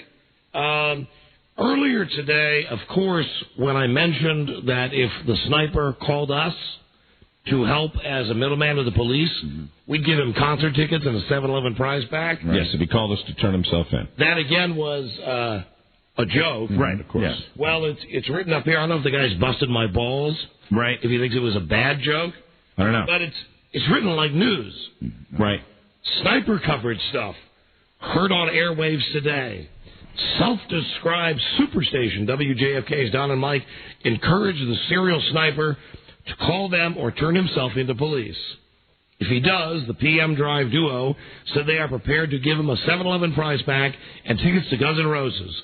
Don went on to call the sniper a sick, twisted F. The fact that they included that part means he was just, maybe it was a slow news day. I don't know. You're like me, aren't you? I mean, whenever we see anything, even if it's on a website, anything in print, we think they're trying to slam us. Yeah. I mean, we say 8,000 million things a day on the show. That was the beginning of the show when all of this sniper stuff was very top of mind. But you know what? The fact that he included the last part was cool. I don't know. And the real news from the web, though, is if you go to 102.7.com, which, of course, is the new home of country music in New York City. Hey! Really? That's right. Really? That's right. They did it. They did it. Ladies and gentlemen, there you go. Yeehaw. Well, that kind of ends that, doesn't it? Let me read to you. I know a lot of people had sent us faxes wondering why a month ago when we were offered the chance to go back on WNEW, why we said no. There you go. A lot of them said, why would you turn down the chance? Well, because we knew that this was the next step. Let me pull my microphone over here and read this to you. What's new? Mike, take a look at it. There it is, Country 102.7. Oh, my God. You understand there's some history here because this is the station that for about a year and a half we attempted to broadcast on in New York. What's new? NEW, you found us. Welcome to the new NEW, Country 102.7. Wow. Just what New York really needs. I don't think anybody saw that one coming. I mean, I saw a format change, but man, country. Real country music on the radio. You get any wind of this before they flipped it? That's a shocker. Everybody I talked to said it was going to be Hispanic, right? Soft rock. Soft rock, okay. What New York needs, real country music on the radio. We're working some of the kinks out of the tractor now. Stay tuned as we build the New Country 102.7 website, and stay tuned to hear a New Country 102.7 on the radio real soon. I'm a big, big fan of the Tex and Fez show. That's funny. Hold on. We got a guy who says that's bogus. Cliff. Yeah, hi, Don. How would you know that's bogus? Well, I checked the domain registration database. Yeah. And they say that it's registered to Viacom, but they spell it Viacom. Entirely possible that it is Viacom. But they also list their contact telephone number as 212-555-1212. Oh, now that could be a scam. Tells me it's probably bogus. Well, a great story anyway. I don't think so. Did you just do this right now? Yeah, I was on DCR TV about 10 minutes ago, and I was doing a little research. All right, hold on. Let me go to. Well, if it's phony. Well, and they might have printed the phone number like that because they don't have the phone number up yet. Could be. I mean, it's a small possibility. Yeah. Well, that's the number for contacting the web owner. It's not even on the. It's a registration database. Now the nerd speak is overwhelming me. You're one of those creeps that when you see a website, you immediately go to see all of the soft, coddy underbelly of it, right? Exactly. Who knows? No, the only reason I went to check was because DCR TV wondered if it was legit. Copyright. Hold on. Lisa, come in and talk to me. Please don't speak to me on instant message. I'm looking at WNEW.com, which was the old website we used to use, and it's very much the same. They're still doing the talk format. All right, there. now what are you doing? Right here, the copyright to Vacom. Right, the guy just said that. It's spelled different. Click here to email the web dude. Link here to email the web dude. Nobody would write web dude.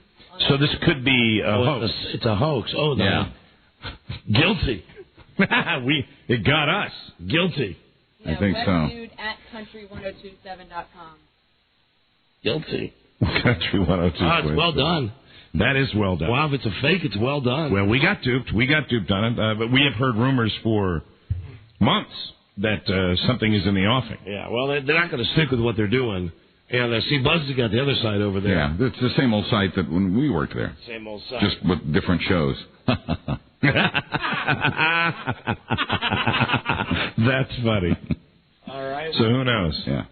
Well, who knows? They got to, if it's a hoax, they sure do have a lot of stuff. They have a bio on Faith Hill. Right. They got a bio on Leanne Rimes. Irregardless, I would have to say, irregardless of the situation, this is pretty freaking funny. That is amazing. Hold on now. Thank you, Lisa. Who found this? Wendell Wendon found that this is the registered name is Robert Daniels. Oh. So I guess it's a scam. Okay. All right, Charlie's brother. I guess it's a scam. All right, hold on. Charlie Daniels. And he would be motivated to put up a country website. Sure. All right, and let me But see. what? Jason Tony, who was the first to send me this link. You know, if it is a hoax, this guy is going to love what we do. It's what he lives for. It might be a cyber squatter trying to anticipate what that station's going to do. Let me go to Jason Tony, who sent me this first. Hey, Tony. Hey. All right, so you sent this to me first. Right on. I was hip to it from our friend on the West Coast who's working for Westwood. They used to work here. Oh, Jim McClure. Yeah, that's right. Gene, what do you hear through the grapevine about a possible format change at that radio station? Yeah, well, that stuff's been flying around for months now. Don. I mean, we what was it? Winter? In the dead of winter, we were talking about that when you guys were still on the radio station, basically. Right. Okay. But I just noticed nowhere on the website does it have the call letters. So I'm thinking we've probably been had. All right. Well, it's just I don't mind. I guess I'm out here front and center that I bought it, hook, line, and sinker. Next time though, you're going to send me a link. Please make sure it's a real one. I'll check my facts. Because I'll take the blame as well. That I was very happy to report the demise of WNEW. This one's on me. Yeah, that's all right, Tony. Thanks. All right. Give our best to Meg it. Bye-bye. Oh, I forgot that's his deal. Yeah. Some baseball games that would be 0 for 2. You know what's really shocking here is that it fooled Jim McClure. Now that's sarcasm. That's a miracle. Another one of the think tank members here. That is a miracle. That's a stone cold miracle. And I'm so glad he's still in the pipeline. That numbnut. So it started with Big Gum Jim. What the hell? Worked its way to Jason Tony, then worked its way here. 102.7 WNEW in New York. Our business hours are 8:30 a.m. to 5:30 p.m. Monday through Friday. If you were trying to reach the show that's currently on the air, call our studios at 212-757-1027. If you know the extension of the part calling, you may dial that number now. If you do not know the number and wish to dial by name, press the star key. Okay. Using the keys on your touch-tone telephone, please begin spelling the last name of the person you wish to reach. You have spelled Ken Stevens. Wow. This is the name of the person you are calling. Press 1. To spell a different name, please hold. Here's contacting the other side. If he picks up, I'm going to die. This is a moment. This is a moment right here.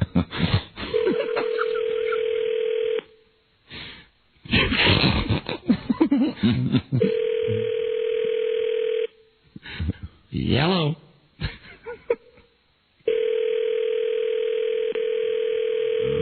Switching over to voicemail.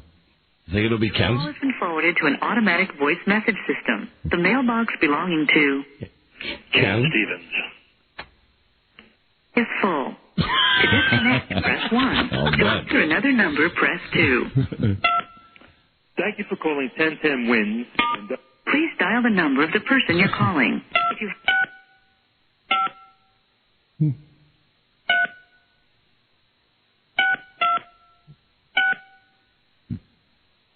2 6 5 3 6 2 6. How do I get back to the... Please redial the number of the person you're calling. I don't. If you have a mailbox on the system, please press pound. I don't. I'm going to go back to 0. I'm sorry. An operator is not available to help you. Please dial the number of the person you're calling. Goodbye. Goodbye. Goodbye, Country 102.7. There's one other person in the world. Yeah, I know you were dying. Were you doing a little spelling there? I was. Yeah, I thought so. Thanks for calling 102.7 WNEW Thank New York. Our business hours are 8:30 a.m. to 5:30 p.m. Monday through Friday. If you were trying to reach the show that's currently on the air, whatever it may call be. our studios at 212. If you'd like to get the stains out of the carpet. 1027. Right. If you know the extension of the party you were calling, I don't. you may dial that number now. Okay. If you do not know the number and wish to dial my name, I do. Press the star key. Using the keys on your touch-tone telephone, you have spelled Jeremy Coleman. If this is the name of the person you are calling, press 1. To spell it, please hold. You think Will his mailbox be full? Think his box is full? I think not. I'll go the opposite. I bet it's full. I bet it's crammed full. Let's wait and see, shall we? This is Jeremy Coleman in WNEW Programming. I am currently out of the office. While out of the office, I will not be returning business-related phone calls. If this is business-related, please contact the Assistant Program Director, Craig Schwalb. If it's for me, regardless, you're welcome to leave a message, and I will be checking messages. Thanks. At the tone, please record your message. Okay, all right. At the end of your message, press 1. Still checking. Hey, buddy, it's your old pal Dave. Listen, you've never been funnier than you've been this morning. Either that or I'm all goofy on Pop-Tarts.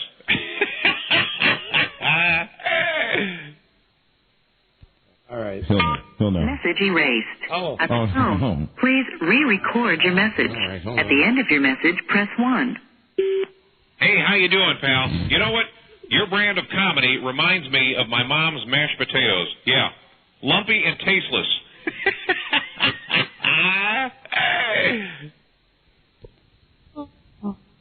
What happened to that tape? If you are satisfied with your message, press 1. To send your message with normal delivery, press 1. Urgency. To send your message with urgent delivery, press 2. Thank you. Send that right over to the village. Get that right over. Jesus. Well, that was a very weird trip down memory lane. Still in the system. Yeah. Who the hell knows? Be very afraid. Who the hell knows? You never know. All right. So they're not country yet. No. Good job with the website. You fooled us. I see dead people. You know who would know? Would be John Edward. That's the precious call. He would know what's going on. He would know all about any format changes from the other side. We'll be right back. This is the Don and Mike Show. It's fucking awful. It's a young man. Heart disease. A silent killer. Hey, there are worse ways to go. Even still, I'm the bitch you do. Pretty humiliate. I'll always die. That guy in Hollywood, too. Don something. Producer of Simpsons. The Don and Mike Show. You can call Don and Mike anytime from anywhere in America. 877-365-3636. They're ready to believe you. That's right. Uh-oh. Sounds like somebody's got a case of the Mondays. Whatever they say, it got to be funky. The Dons and Mike. All right, let's see. Later this week, I told you a trip to Las Vegas we're giving away. Sin City. Courtesy of VRMax. Available at finer health food stores, pharmacies, retailers everywhere. Call 1-800-DIAL-VMAX. Thursday on our DJ calendar, we noticed National Baloney Day. Right. So we'll be having an in-studio contest. How much baloney can you get in your underpants? And I think we'll supply the baloney. Don't bring your own baloney. Oh, good. I hope they're leftovers. And that's topless, incidentally. For guys and girls. Also on the show this week, the woman who's never shaved herself anywhere. Armpits, legs, Bush. I'd be more grossed out if I hadn't seen a picture of this lady, but she is, even in all her hairiness, she's good looking. She's very attractive. Yeah. Her website, www.modellife.com. Also, Bad Breath Doctor coming on the show this week. The girls from the Bikini Karate Babes, a new video game, and tomorrow a guy who's written a book about TV's most unforgettable moments. Right. And coming soon, Lisa Herndon poses for Playboy. The Lisa Herndon photo shoot only on the Zoo. And also a guy who's got some website where you can get a mail order bride. We've got him on the show. Finally, yes, the guy who's got the website so you can get yourself a nice mail order bride. Isn't that fantastic? In the tabloids. Oh, before the tabloids. Hold on, I almost forgot. Yesterday was Sunday. That means today's Monday. And the Sopranos were on last night. Excuse me, the Sopranos. And we enjoy doing our reviews. And you want to go first? I'll go first this time. Okay, here is Mike with his Sopranos review. The Sopranos by Mike. I will say something positive at first. I was very happy that the Sopranos episode last night did not center around Janice and Bobby Bacala, although Tony and Janice did have a sit-down dinner. I liked the energy between them, and I was just happy to see one episode where Bobby Bacala was not crying, but overall the episode just didn't work. I implore the Sopranos, go back to just a little gratuitous violence, okay? He gave us a little TNA when Tony was in bed with one of his Russian babes, but you don't communicate violence on The Sopranos by having Furio stand at the door of the French guy, implying that he's going to go in there and kick his ass. You show me violence by showing the guy getting his ass kicked, which I wanted throughout the entire show. That was the payoff that I wanted. I wanted the guy that borrowed money from Artie Bucco to get his ass kicked, especially after he beat up Artie Bucco. And you didn't give that to me. Thank you. Wow. Highly passionate. I was passionate towards the end because I really felt it. All right, and I have a take not that different from yours. Just waiting for the tape to re-cue. Should be any moment now. You got it, Robbie? Okay, loaded. The Sopranos by Don. Okay. I knew it wasn't going to be good when the credits were on because it was written by Michael Impierleone, whatever that douchebag's name is, who plays Christopher. And every episode he writes sucks. And it was directed by Steve Buscemi, who directed the one we didn't like last year, where Paulie Walnuts and the guys were lost in the woods. Oh, a horrible episode. However, I still stayed with it because it's still the best show on TV. Folks, I know it's a great drug. I know a lot of people are addicted to it. I'm tired of Christopher shooting up with heroin.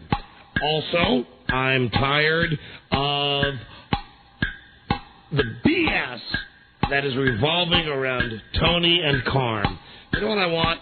I either want them to get it on and be happy, or I want him to go out and be a bad guy and just F Carm. And I don't mean that literally. And also, we really got screwed with the Mercedes girl. We really did, and I don't want to see AJ getting laid either. Good. Thank you. That's it. I was thinking about it. I forgot completely about that plot line, too. But with AJ and the rich girl. Right. Other than that, I loved the show. Other than that, I just loved it. And I go hot and cold on your yours and Rob's show, the Larry David show, Curb Your Enthusiasm. Was a funny one last night. Last night, I mean, I don't know if that was one of the funniest Larry David shows I'd seen. I think it's one of the funniest comedies I've seen. When he used the thing about his mother dying to get ahead in the world, it was great. And here now we have Yes Head. Larry David needs to use his agent more, though. Yeah. Any scene that doesn't have Jeff Garlin in it will always be better. When the gravedigger said, "Go dig up your own mother," you had to laugh. I was making sure that the agent was part of the digging crew. Very cool to have him. Was that the old? Was that Shelley Berman? It was good. Playing Larry David's father, right? Who is hysterical with his bald head. It's great. You know, Richard Lewis, who was featured on the show an awful lot. Maybe just a little too much. As Larry David's good friend. Frida told me she was watching, for some reason, a rerun of Seventh Heaven. I've never seen that show. It's on the WB. Right. She said that Richard Lewis was playing a rabbi. Really? On Seventh Heaven. Imagine Richard Lewis as your rabbi? No. My God. Absolutely not. Wow. Hi, Donna Mike Show. Hello. Are you there? All right, I done a Mike show. I did something to the phones. From the tabloids. Now, how come she didn't follow through on this? Patricia Heaton, depression drove me to suicide. We came so close. We to were losing catching her on one of those days.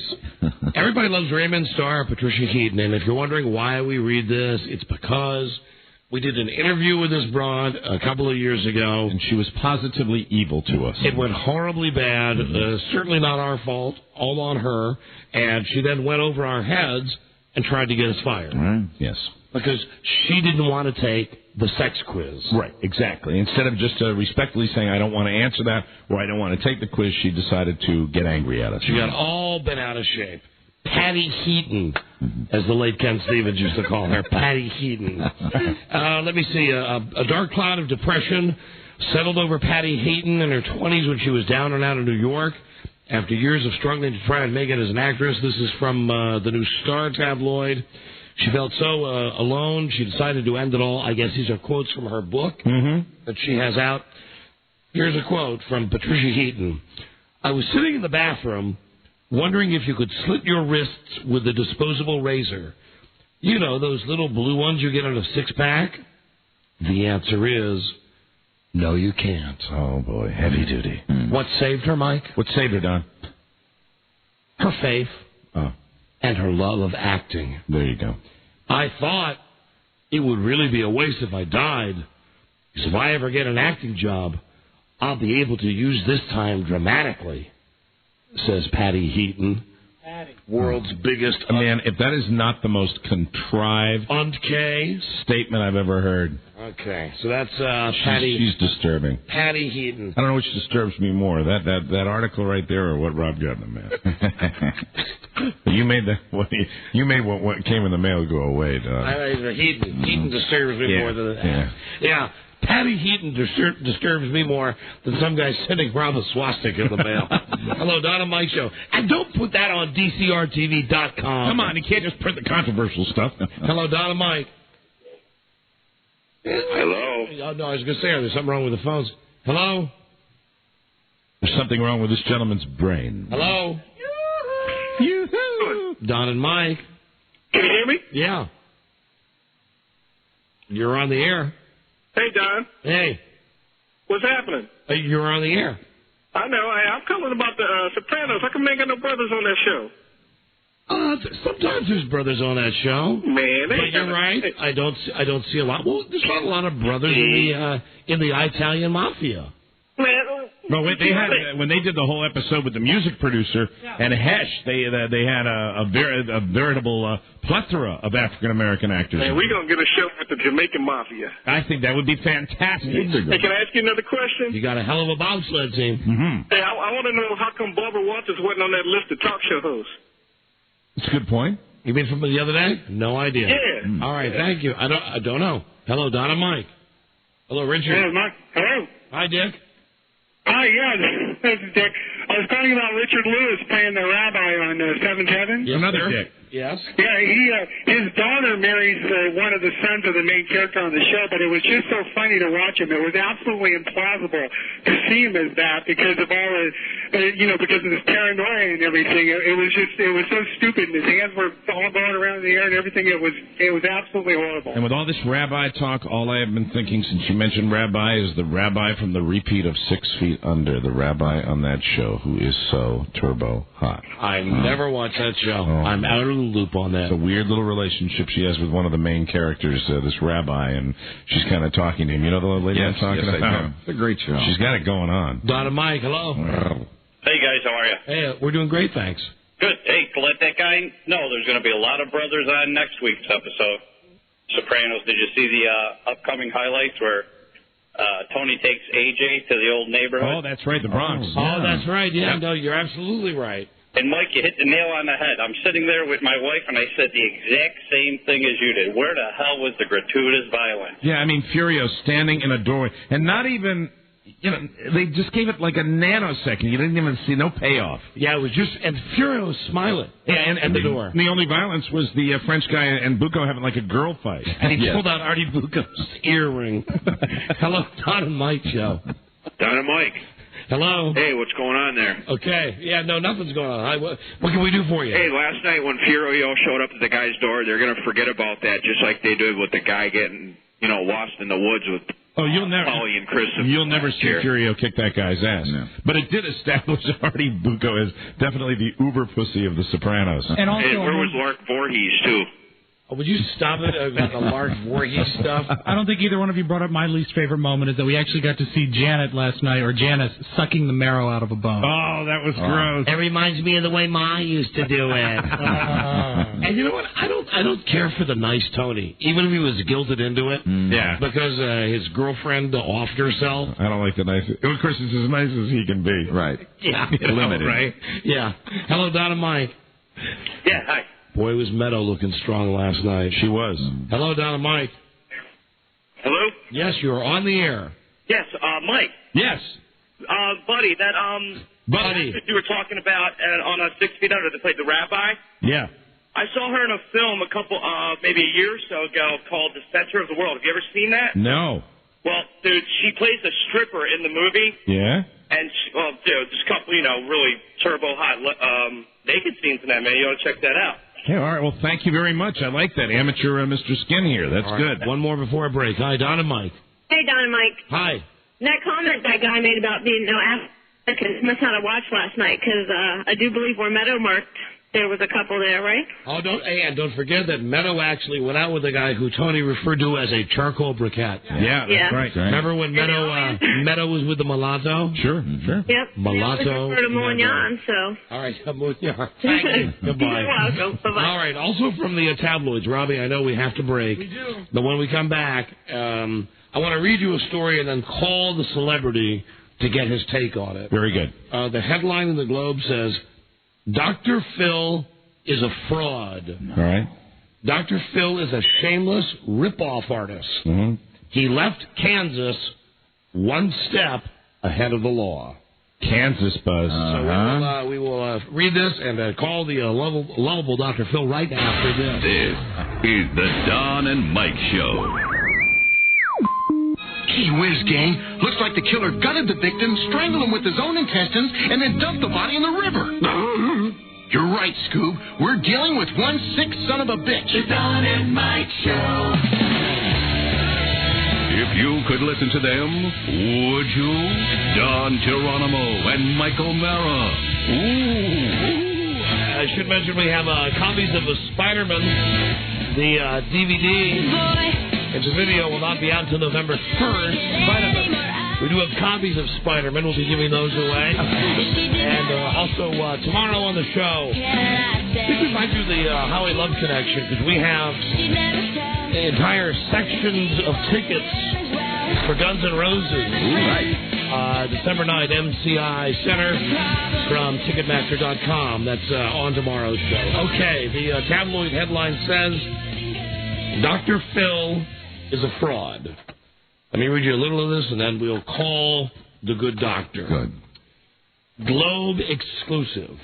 And they have actual documents here. Mm-hmm. So maybe it's not all. I like the pictures of Dr. Phil. They're just, not real hard. You don't have to make a real effort to find an unflattering picture of Dr. Phil. Sure. Hey now, he looks so much like Hank Kingsley. He does. Dr. Phil McGraw is a scam artist who skipped town one step ahead of a state attorney. The towering TV advice guru left Topeka, Kansas in the wake of complaints charging he ripped off health spa customers. It was a consumer fraud investigation. It appeared that Dr. Phil was pulling off a textbook example of a membership scam. He's 52. He was on Oprah. He's got his own show now. He started the Grecian Health Spa in Topeka in the late 70s. Sounds a little dirty. He was a hands-on owner, and it extended to his accounting practices. If a customer signed up in cash, it would be deposited straight into Phil's pocket. Phil was the president of the corporation. He was a salesman. He was very overbearing. He would take clients, mostly female, into his office and close the door. Sometimes the women came out crying. It also seemed weird that Dr. Phil kept a mattress in his office. I don't think anybody dared venture what that was all about. They refer to him as McGraw. Yeah. McGraw. McGraw, who now preaches people should take their responsibility for their actions, hasn't followed his own advice. His intimidating tactics help rack up memberships, along with a slew of complaints about his business. Tim Lozelli tells how his 18-year-old wife was pressured in 1972 when he was in the Army. This is pretty interesting. When I got back, I told him I was canceling the contract. Soon after, we started getting harassing phone calls threatening all kinds of action against us. Dwight Ellis filed a complaint claiming he was hoodwinked by Dr. Phil. That's a good word, hoodwinked. I love After being told he could try it out for a few weeks, he started receiving bills in the mail. I called Phil and angrily complained I'd signed a contract. He threatened me by saying he would have an attorney use all means possible to get the money back. I swear to God I never signed a single piece of paper during all the time I spent at the spa. McGraw was doing far more than using hard sales pitches on prospective customers. Shawnee County District Court papers obtained revealed that Dr. Phil and the local Southwest State Bank entered into an agreement that allowed the bank to purchase installment notes and papers from McGraw's corporation. This type of agreement allowed a spa owner like Dr. Phil, to sell membership contracts to the bank for a percentage of their long-term worth in cash.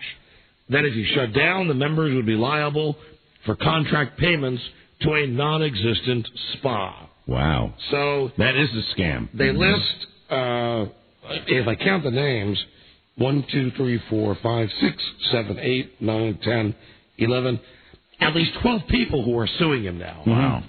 So let's call Doc. It's pretty nasty stuff. He has been tabloid fodder since the very, very beginning. Right. Yeah. See what he has to say for Ace. Now, TV's beloved Dr. Phil. Wait to hear what he says. Says he's a scam artist. Exclusive, shocking details. Hello? Phil McGraw? Yeah. Don Geronimo. Yeah, can you hold on a second? Yeah. I'm going to have to put the phone down for a second. Okay. Bear with me, will you please? All right, Phil. Who is this? Don Geronimo, Don and Mike Show. I'm not sure I know you. Hold on a second. I believe we've caught him going number 2. I think so. All right, I'm not going to be able. All right, yeah, all right, go ahead. Dr. Phil? Who's this? Don Geronimo from the Don and Mike Show. How are you? Sounds to me like you were trying to take a number 2. Well, that's very perceptive. I am on the bull right now. We can go ahead and talk, though. If you'd like to talk, we could have this conversation right now. If you'd like to do that, I'm in the middle of.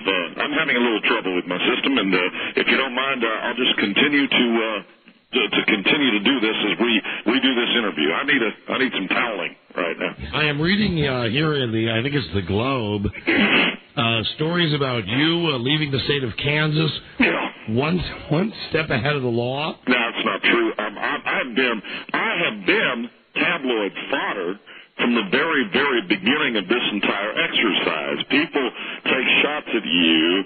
They take shots at you anytime you aspire or try to become a big star. As soon as I got off of Oprah, that's when the barbs started being hurled at me. Excuse me. Just 1 second, please.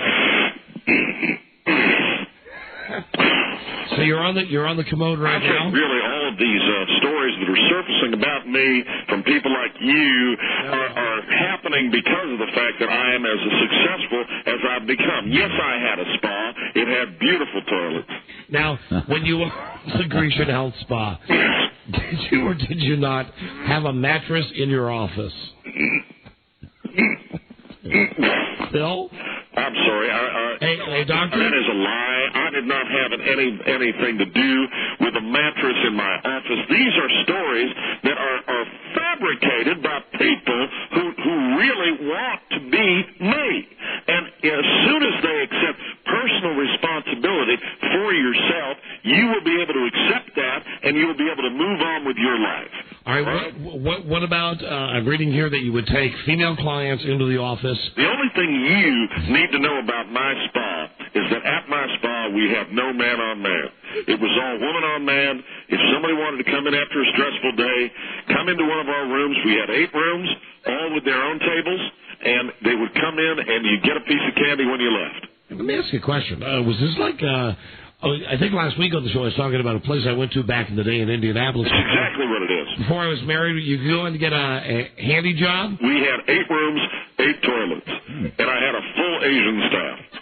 And, people complain about there was no membership. We were cash only. The mattress they're referring to in my office was actually one of the massage rooms. And people like you take this fabricated story from some disgruntled employee, I don't know what her name is, and they hold on just a second, please. All right. I hope Dr. Phil's not having a problem like with hemorrhoids. He will if he keeps doing I heard that. I am. Because it's not good to push that much. I have had a BM inside of me for about as long as a man probably should. How many days? How many days, Dr. Phil? You're not going to believe how many days it's been. It has actually been 9 days since I've had a BM. The spa, that story has been hounding me from people like you, following me around, and the thing is, people don't understand. If they take charge of their own lives, they don't have to hurl the barbs. They don't have to take these shots at Dr. Phil. Now, back then, my name was Philip McGraw, and I had a beautiful, luxurious head of hair in those days. I was a very successful businessman. I offered a service that people required. All I'm about, Don, is helping people. All right, listen, let me see if I can help you with this other problem. Soaking doesn't work. Here's what I want you to do. Man, I tell you, that soaking crap. Put the salt in the water. No, it only causes more agony. I want you to sit upright. I want you to sit upright. All right, I'm sitting upright right now. I want you to breathe in through your mouth. And I appreciate this. Somehow we can talk about my condition. And let it go out the nose. Through the mouth. Through the nose. Now, I want you to think about... I hear you. I want you to think about missile silos. I want you to think about Tootsie Rolls. I want you to think about Toblerone candies. I want you to think about Hershey's Kisses. I want you to think about Milk Duds. Think about Junior Mints. Your carny tricks are not allowing me to have a VM. I apologize. You don't understand the pressure I am under now. I dole out advice, but I have not taken my own nutritionist's advice, which is to load up on fiber. The food that I am eating is food that makes me happy because I make so many other people. I give of myself so much each and every day that what I do now is when I eat what I want. And my doctor and my nutritionist have both said what I'm eating is not good for digestive health, and I don't agree with that. I had a perfectly sensible dinner last night, a dinner that I would think would allow me to have a nice BM. All right, Dr. Phil, what did you have for dinner? I had pasta. Yeah. Peanut butter. Yeah. Several pieces of cheese. Yeah. And some Cheetos. And then I had a big bowl of vanilla ice cream. Edie's Gourmet Ice Cream. It was wonderful stuff. And then at night, right before I went to bed, I ate a bit of tapioca pudding. And Dr. Phil? Damn, well, I'm bound up. It doesn't make sense to me. The tapioca's, those little clear things, are supposed to go into the intestine and flush your system out, and it's not working with me right now. I am stuck right now. I got something. I am capping. I'm capping. Dr. Phil is You're brown capping? I'm brown capping, but it's more like it's more gray. It's more gray capping right now. And I eat a lot of ham and veal. How do you get the orange from the Cheetos off your fingers? I lick it off. I actually lick it off right now. Or I dip it in water if I'm going to meet with a client. I'll dip it in water. And back when I was on the big show, Oprah used to do it for me. She loved that sauce that was on those Cheetos, and she would lick my fingers right before Dr. Phil would come on the show. We have to break. She was a great finger licker. Real fast, before we have to break, I want you to think about... Oh, my God. I want you to think about Happy Times with Oprah. Sweet, merciful crap. Did it happen? No, I'm bleeding. Oh, no. Had to happen. I've broken some sort of vessel. Yeah. I need to get out of here. Hold on a second. I need to call the doctor. Yes. All right, Doctor. I am bleeding. Jesus, someone help me. I'm bleeding from the anus. I'm tearing myself up. I'm trying to hold myself. Goodbye. Dr. Phil's bleeding out. There he goes, Dr. Phil. Oh, no. So you called him when he was on the throne. He didn't have a lot to say about the charges about him being a shameless rip-off artist. Well, it sounded to me like he was in a great deal of distress. He hasn't had a BM in 9 days. Well, listen to that diet. In a world where owning a radio was strictly forbidden, one man found a way to bring good news to his people. That's me. He made it up. The Grecian Health Spa. And that's a pretty funny picture of a young Dr. Phil. Yeah, he looks so handsome back there. Buzz, what is your lead story today? Today, we thought we'd caught the sniper. Right, all right. We'll get the sniper update here. Stay tuned for news and comments coming up on the Don and Mike Show. That was very professional, Ross. This is the Don and Mike Show. What's the word from Planet Crackpot? The Don and Mike Show. God damn it, honey. The Don and Mike Show. Oh, damn it, honey. Time for Buzz in the News. Buzz brought to you by Theromax Sexual Enhancer. Have great sex more often with Theromax. Available with finer health food stores, pharmacies, retailers everywhere. Or call 1-888-TRY-VMAX. And now here's Buzz. Hi, Buzz. Hi, Don and Mike. Police investigating the D.C. area sniper have asked the media to repeat this message. All right, let me turn the music off. The person you called could not hear everything that you said. The audio was unclear, and we want to get it right. Call us back so that we can clearly understand. Here's Radio 156, Headline News. Except that it's clear the police are communicating with someone close to the case. We don't know what's happening in the investigation. So even the guy, the sniper, right? He heard somebody. Or someone close to him. Yeah, or someone close to him. It may have been the way it sounded. Yeah, it's very much like that. Again, the message to the sniper is... Yes, it's the person you called could not hear everything that you said. The audio was unclear, and we want to get it right. Call us back so that we can clearly understand. That's the message. This is weird. It was left on an answering machine, and the caller, and this is just a guess on my part, may have attempted to disguise their voice or muffle their voice in some way. In the course of doing that, the police... This is Ward Cleaver. He come down with something. Yeah, like that. Real unexpected. We do know... Great, B. We do know that the latest victim, the third person to survive a wounding by the sniper, is still in critical but stable condition. Doctors removed his damaged spleen and a bullet that matches the ones recovered from the other 11 people shot by the sniper who's still out there. It lifted our spirits for a while today to think police may have caught the guy. Officers swarmed a man in a light-colored van at a gas station not far from the latest shooting. Police were there at the ready after a phone tip that led them to a note in the woods also near the shooting. The note hinted at a need for money. But the man arrested there is a 24-year-old Mexican who's been working in this country without papers. He and a Guatemalan cohort were also arrested, and they've now been turned over to immigration officials. All right, so the bottom line is today, now at the end of our work day, right? We don't know anything more than we really knew at the beginning of the day. We're still trying to, we being the cops. And it sounds like this letter that they were making a big deal of came from the Mexican and Guatemalan guy. It does sound that way, although police... How the hell did they get it? So who are they talking to on the telephone, then? How did they set that thing up? You understand my question? Yeah, I guess the alleged sniper or the person close to the sniper gave police in one of his notes a telephone number, and they've been in contact with him, I guess, that way. But you know what? They're so tight-lipped about it now that nobody knows anything. And they're not giving any details on that. All you really knew was what I told you. Exactly. Quite some long time. And for the longest time... All you knew... is what I told you. Yeah. Well, we thought we had him today. We don't. Well, what we do know is there's an ongoing dialogue between the police and somebody who apparently does know something about the case. Now, we already know that, in other news, that 9/11 hurt the airlines, but while most air travel's gotten nearly back to normal, short trips are now being taken by car. Yeah, you got to fill up your car with gas. Yeah, that's rough around here. A new study says sales of airline tickets for trips under 400 miles are down by nearly a fourth, and the survey found that most of these travelers are now making the trip in their own cars, mostly to avoid the post-9/11 airport hassles.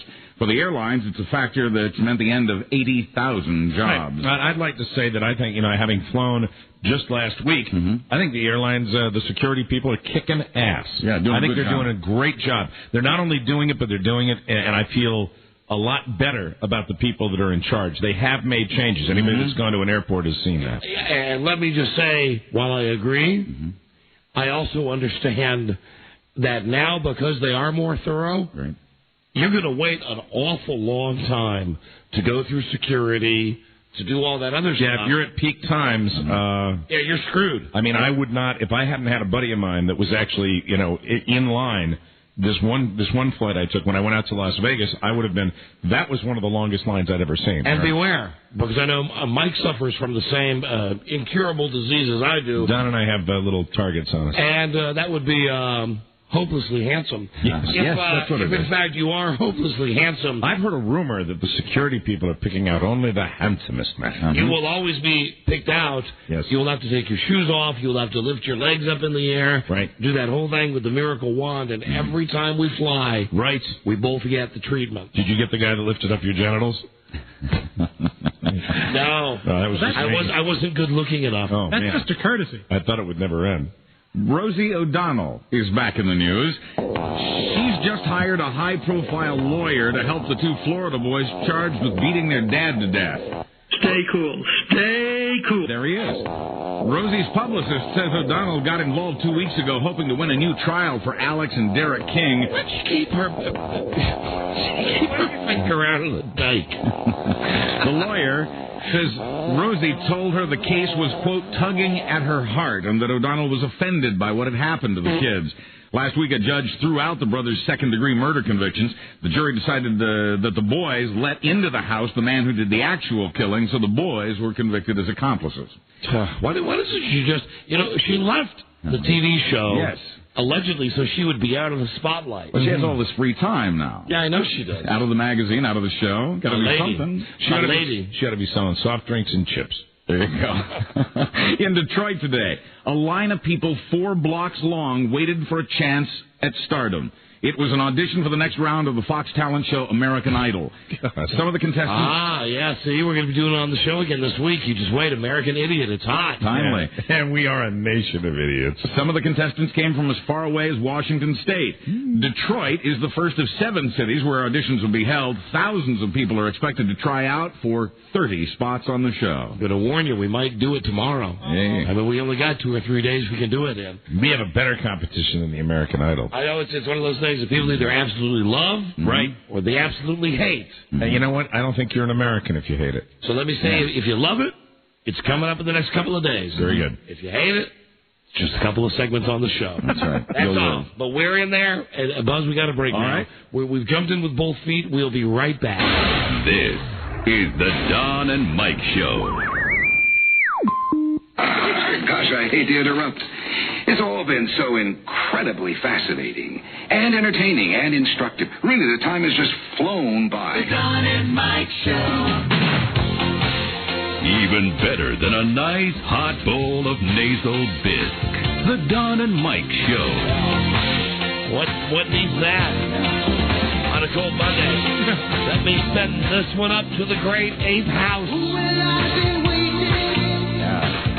The monkey likes his Genesis. Here now is Buzz Girdley. Hi, Buzz. Hi, Don and Mike. In sports, in what had to be a jab at 49ers wide receiver Terrell Owens, a fan ran out into the field in San Francisco Sunday and offered to give the team his autograph. Patrick Ramsey's out and Shane Matthews is in as starting quarterback of the Washington Redskins. Brett Favre won't need surgery on his sprained left knee, and the Packers say they hope he won't miss any games. Green Bay's facing a bye week. The Rams have lost Pro Bowler Enos Williams for the rest of the season. He did need surgery on a sprained ankle. That's Enos, I thought it might be. The Bucs say Brad Johnson's doubtful for the Carolina game this weekend. He has a broken rib.